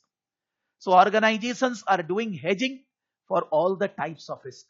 The chapter explains what are the types of hedging possible, their calculation, understanding which one is better, in which situation, which hedging technique we should be applying. That the chapter says. Yes, Sandy. Yeah. Um, Even though they are not directly affected by the foreign exchange risk, Huh? it still matters to them because, Yes. for example, if they already hedged with a particular rate, but the rate has increased much further or rate has fallen much further Huh? than what they anticipated, it's still a loss for them from competition point of view, right? The question is that, suppose I give a practical example. You paid 1266 Australian dollar. Okay. Now we have an FCNR account, foreign currency non-convertible account, in which only dollar can come. Australian dollar cannot come. Now suppose presently the rate is 55. Okay. Maybe I am getting 50. Forget that. The rate is 55. It may be that after 1 month the rate will be 56, 57. That means against Australian dollar I will be getting more. So I contracted with the bankers, and like I have INR account, I have opened a separate account, Australian dollar account, GBP account. What is the benefit of that account? When the client will give me consideration, I will keep that foreign currency in foreign currency only. I will not convert. Why? Because I am thinking that the Australian dollar value will increase. So if after 1 month, 2 months, actually the value increases, it's good. But if after 1 month or 2 months the actually value goes down, then too I should be converting now only. I should not be keeping it in Australian dollar. But who can tell me with surety that after 1 month the rate will increase or decrease? There are thousands of logics. You can see demand and supply of Australian dollar and INR, the political conditions of India and Australia, import and export between India and Australia, crude oil prices, gold prices. So many factors are there. Economical condition, GDP, NDP, interest rate, inflation. There is endless factors are there. If you analyze some of the factors, they will say that the rate will go up. If you analyze some other factors, it will be looking at the rate will go down. We cannot be God. Maybe we can hire specialist economists in our organization. They will be saying that after 1 month, 2 months, the rate is going to go up. Then I should not convert Australian dollar now. I should convert after 1 month, 2 months, because I will be getting more. But if my economists are saying that the rate will go up, they are not God. They have a certain projections. They have done the permutation combinations. They have analyzed the different factors. And then later on, what will happen, God knows. If I believe on my economist, on my knowledgeable team, that they generally forecast 80-90% accurate figures, they are very good in accuracy in forecasting, then I will rely on them. But always whatever they will be saying will not be happening. So after the fact, when the actual things is happening, later on you realize that this should be done like this. That to anybody can say we should have done like that. But when we are standing today and we are forecasting after 1 month, 2 months what will happen, it's a forecast only. So you can say that if you are doing hedging or not doing hedging, if you are not directly concerned with the interest rate changes, you are forecasting exchange rate, maybe directly, indirectly you are affected or not. Whether your forecast will be correct or wrong, nobody can say. Later on, after 1 month, 2 months, when the actual fact will arise, you will realize that you had done mistake, or you will realize that you have done the correct thing. For that reason, in big corporates, there is a treasury department. The treasury department manage all these things. In the treasury department, there are one or two economists. Those have the responsibility to forecast the foreign exchange rate, because it is going to affect the company directly or indirectly.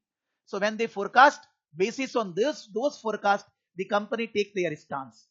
And at the same time, If you see that suppose in a company all young persons are there, then the young persons are ready to take high risk. But if in a company the top management board members or you can say finance manager are old age, 60, 65, 70. I'm not saying that all old age person are defensive or conservative, but the old age person don't want to take any risk. They don't want gain also, they didn't want loss also. I will say that even the thinking process of male and female is also very different. So you can say attitude, nature, age, the capacity, the funds of the company, everything will decide how much risk we will take. Because we are not saying that everything should be hedged. In some organization, everything is hedged. Later on, they realize that they should not be doing the hedging. They should remain open. So it's a, you can say after the fact thing. But we cannot say that what we should be doing 100% today for tomorrow. Not a case. I will say that it depends upon your upbringing, how you have developed. सब चीज depend करता है because everybody's thinking process cannot be same.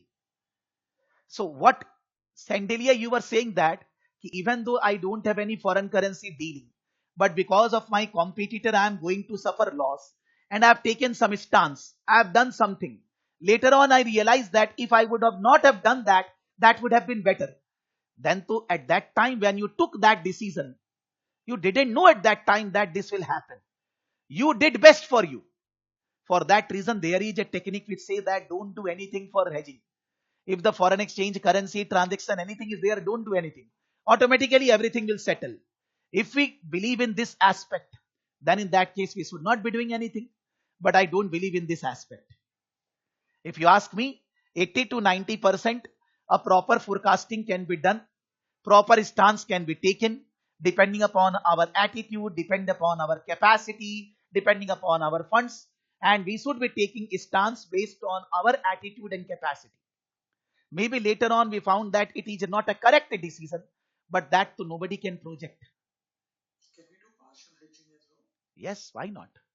If suppose $1 lakh is payable, you will only hedge $80,000, $20,000 you will remain open so that if there is wrong decision taken against 80,000, you will be able to get the benefit of 20,000. Maybe you are thinking this, but my experience says that if you say ITC, Hindustan Unilever, I'm talking about big corporates, Reliance, or you go medium level, all are doing 100% hedging nowadays. 100%. They are not doing 80-90% hedging because they are not interested in taking tension relating to foreign exchange rate going up, going down. You will say that if there is change in the rate which is favorable for them, they don't want the gain. They want that the cash flow in home currency, they should come to know in advance. All the corporates are interested in that because market is very subjective. It is very difficult to forecast rate. Is it the same case with Facebook, Google as well? Like, do they hedge in advance? I will say Google actually, suppose I have business in 100 countries. Okay. Now Facebook, Google means that only.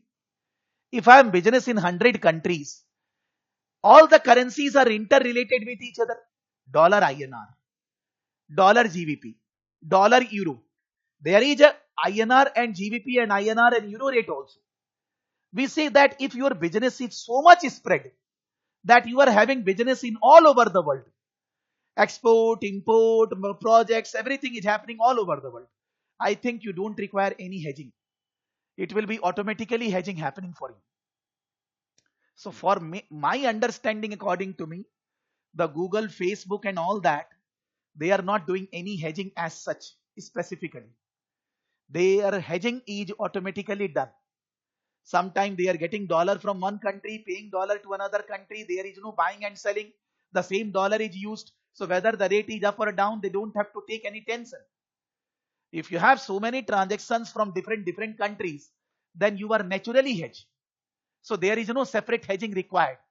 That we can analyze from their past data.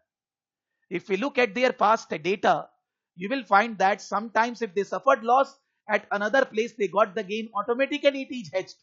So why they will be expending their money and all that to do separate hedging? So we say that natural hedging. So for a multinational company having business operations all over the world, the hedging required is very less. Even though they have treasury department, they have persons, but the persons don't take so much actions to hedge because they are automatically hedged in most of the times. They correlate the exchange rate, market and everything, but they find that if they don't do anything, that is better for them.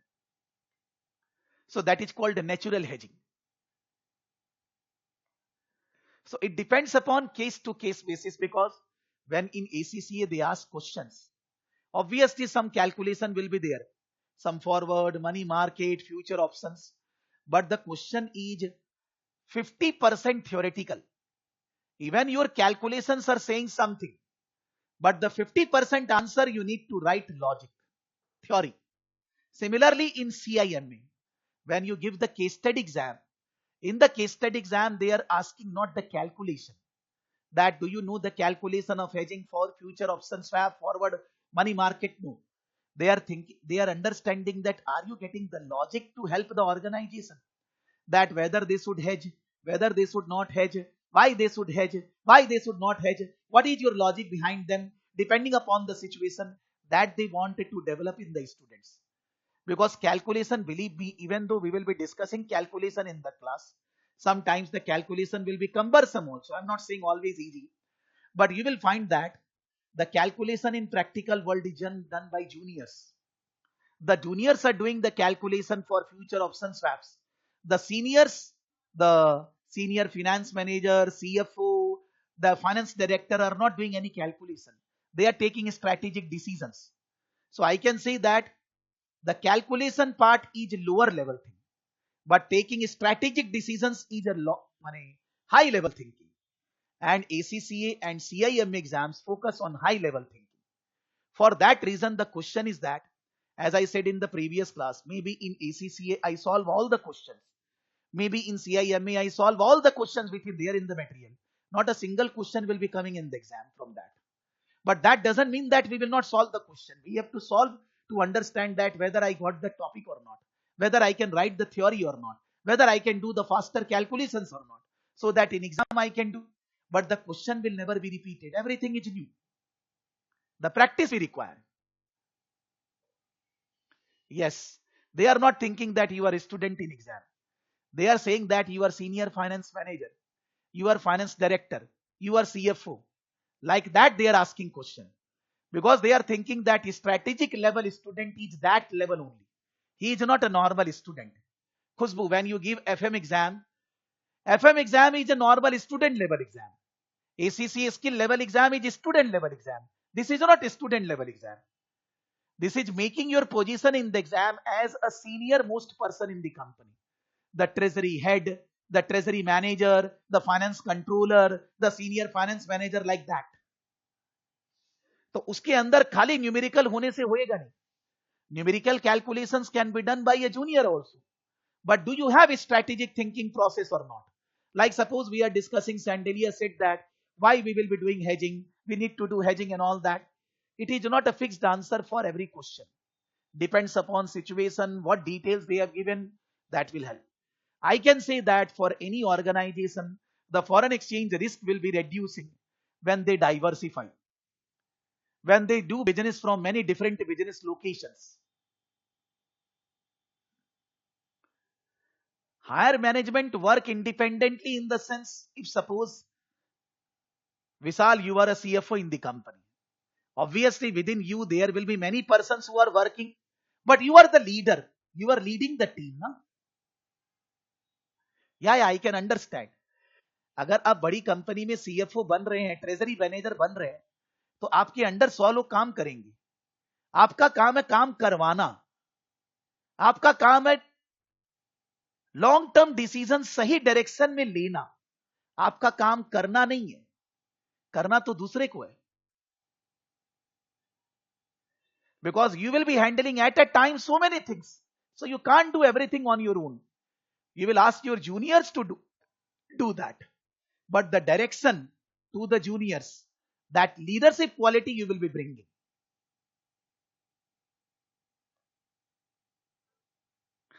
Yes, In exam, you need to do junior, senior, both the things. The senior part, I will say theoretical, and the junior part is calculation. So in exam, the situation is not that. I meant to say that in a practical life, if there is a situation, maybe you will be taking decision in 7 days. But in the exam, you need to write the answers in 30 minutes, 40 minutes. So the limitations of the exam question is very, very less. It is not asking such a thing which you will be facing in the practical life. Because फिर तो वो 7 दिन में ही होगा. It cannot be done into. Because in the question, everything is written. Rate, fates, everything, foreign exchange, interest rates, everything. Do we know what is the interest rate after 1 year? We know the current rate.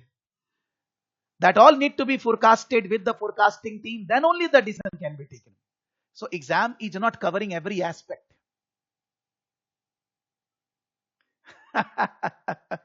No, no.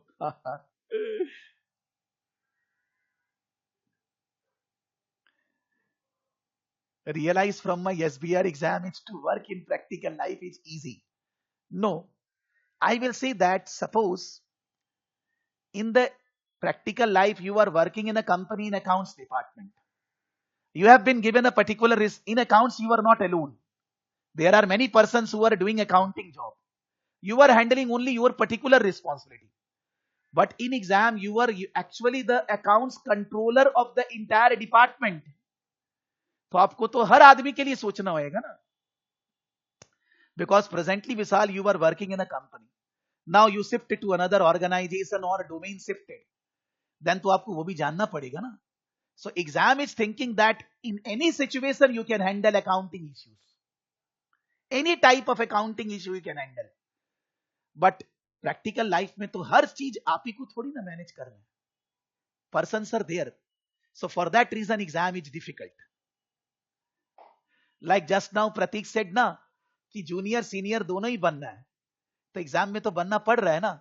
If only theory is required, if only numerical is required, it is easier. But do the calculations, then write on that the theory, logical way. It's double working, na? But they are saying that presently maybe you are a junior, you will become senior. Presently you are a senior that way. Multi-talent. Yes, I will say that language only. And believe me, everybody, suppose Vishal, you are saying SBR exam is difficult. Then AFM exam is far, far, far, far difficult than SBR. There is no comparison between the difficulty level of AFM and SBR. आप एक बात समझ लो. Not scaring, I am saying you fact. Believe करिए. आप ही एक बार paper खोलकर देखिए ना यार. You see one paper of AFM. You will find that what they are giving, man. Even 100% correct, I will not be able to do. I am accepting the fact. The highest marks in AFM is 70 to 80, whole world. But highest marks in FM is 90 to 95. 70 to 80 world highest होता है यार. यानी कि 25-30% तो कोई भी नहीं ला पाता है. Yeah, time is villain, but because of the time pressure only you need to complete in 3 hours entire. ये तो सबके लिए है ना यार. Whatever exam you have given in life, CA and all that, सब में time pressure था. Remember, completing the paper in time is a challenge. So those who are very well prepared, they can do it in 3 hours. That's everybody. If you ask 100 students, 100 will say time was less. I have given so many exams, at least I think 100 exams. In all exams, I will say that time was less. I am saying. That's the normal rule, na?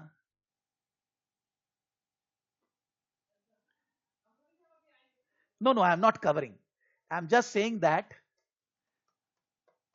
transaction risk, economic risk, translation risk. In your exchange rate risk chapter, in first 10 slides approximately, they have written this only. You can go through once with example, a simple essay type reading. Not that you need to mug up. Just एक बार read कर लेंगे. And solve that question, revise the stuff. We will be completing numerical part of this chapter at least 50% in the next class. Transaction risk related 50% complete kar lenge. Economic risk, translation risk, very less questions are there. Transaction risk we will complete 50% because then we need to practice in coming 2-3 classes. Because just after explaining you will understand, but if I will not practice in the class, you will not get the confidence. That is the difficulty in the chapter. Practice is more important. Okay? So leaving for today, just go through with entire study and read one time from the book Transaction Economic Translation Exposure. If CIMA student want to read from CIMA material, ACCA from ACCA, it doesn't matter. दोनों में same लिखा हुआ है, same story written. It's upon you from where you want to read. Okay? No, I will not advise. Because Kaplan write up और my notes also I have given my notes also ना.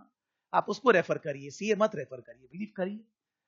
You will enjoy reading Kaplan, you will enjoy reading my notes.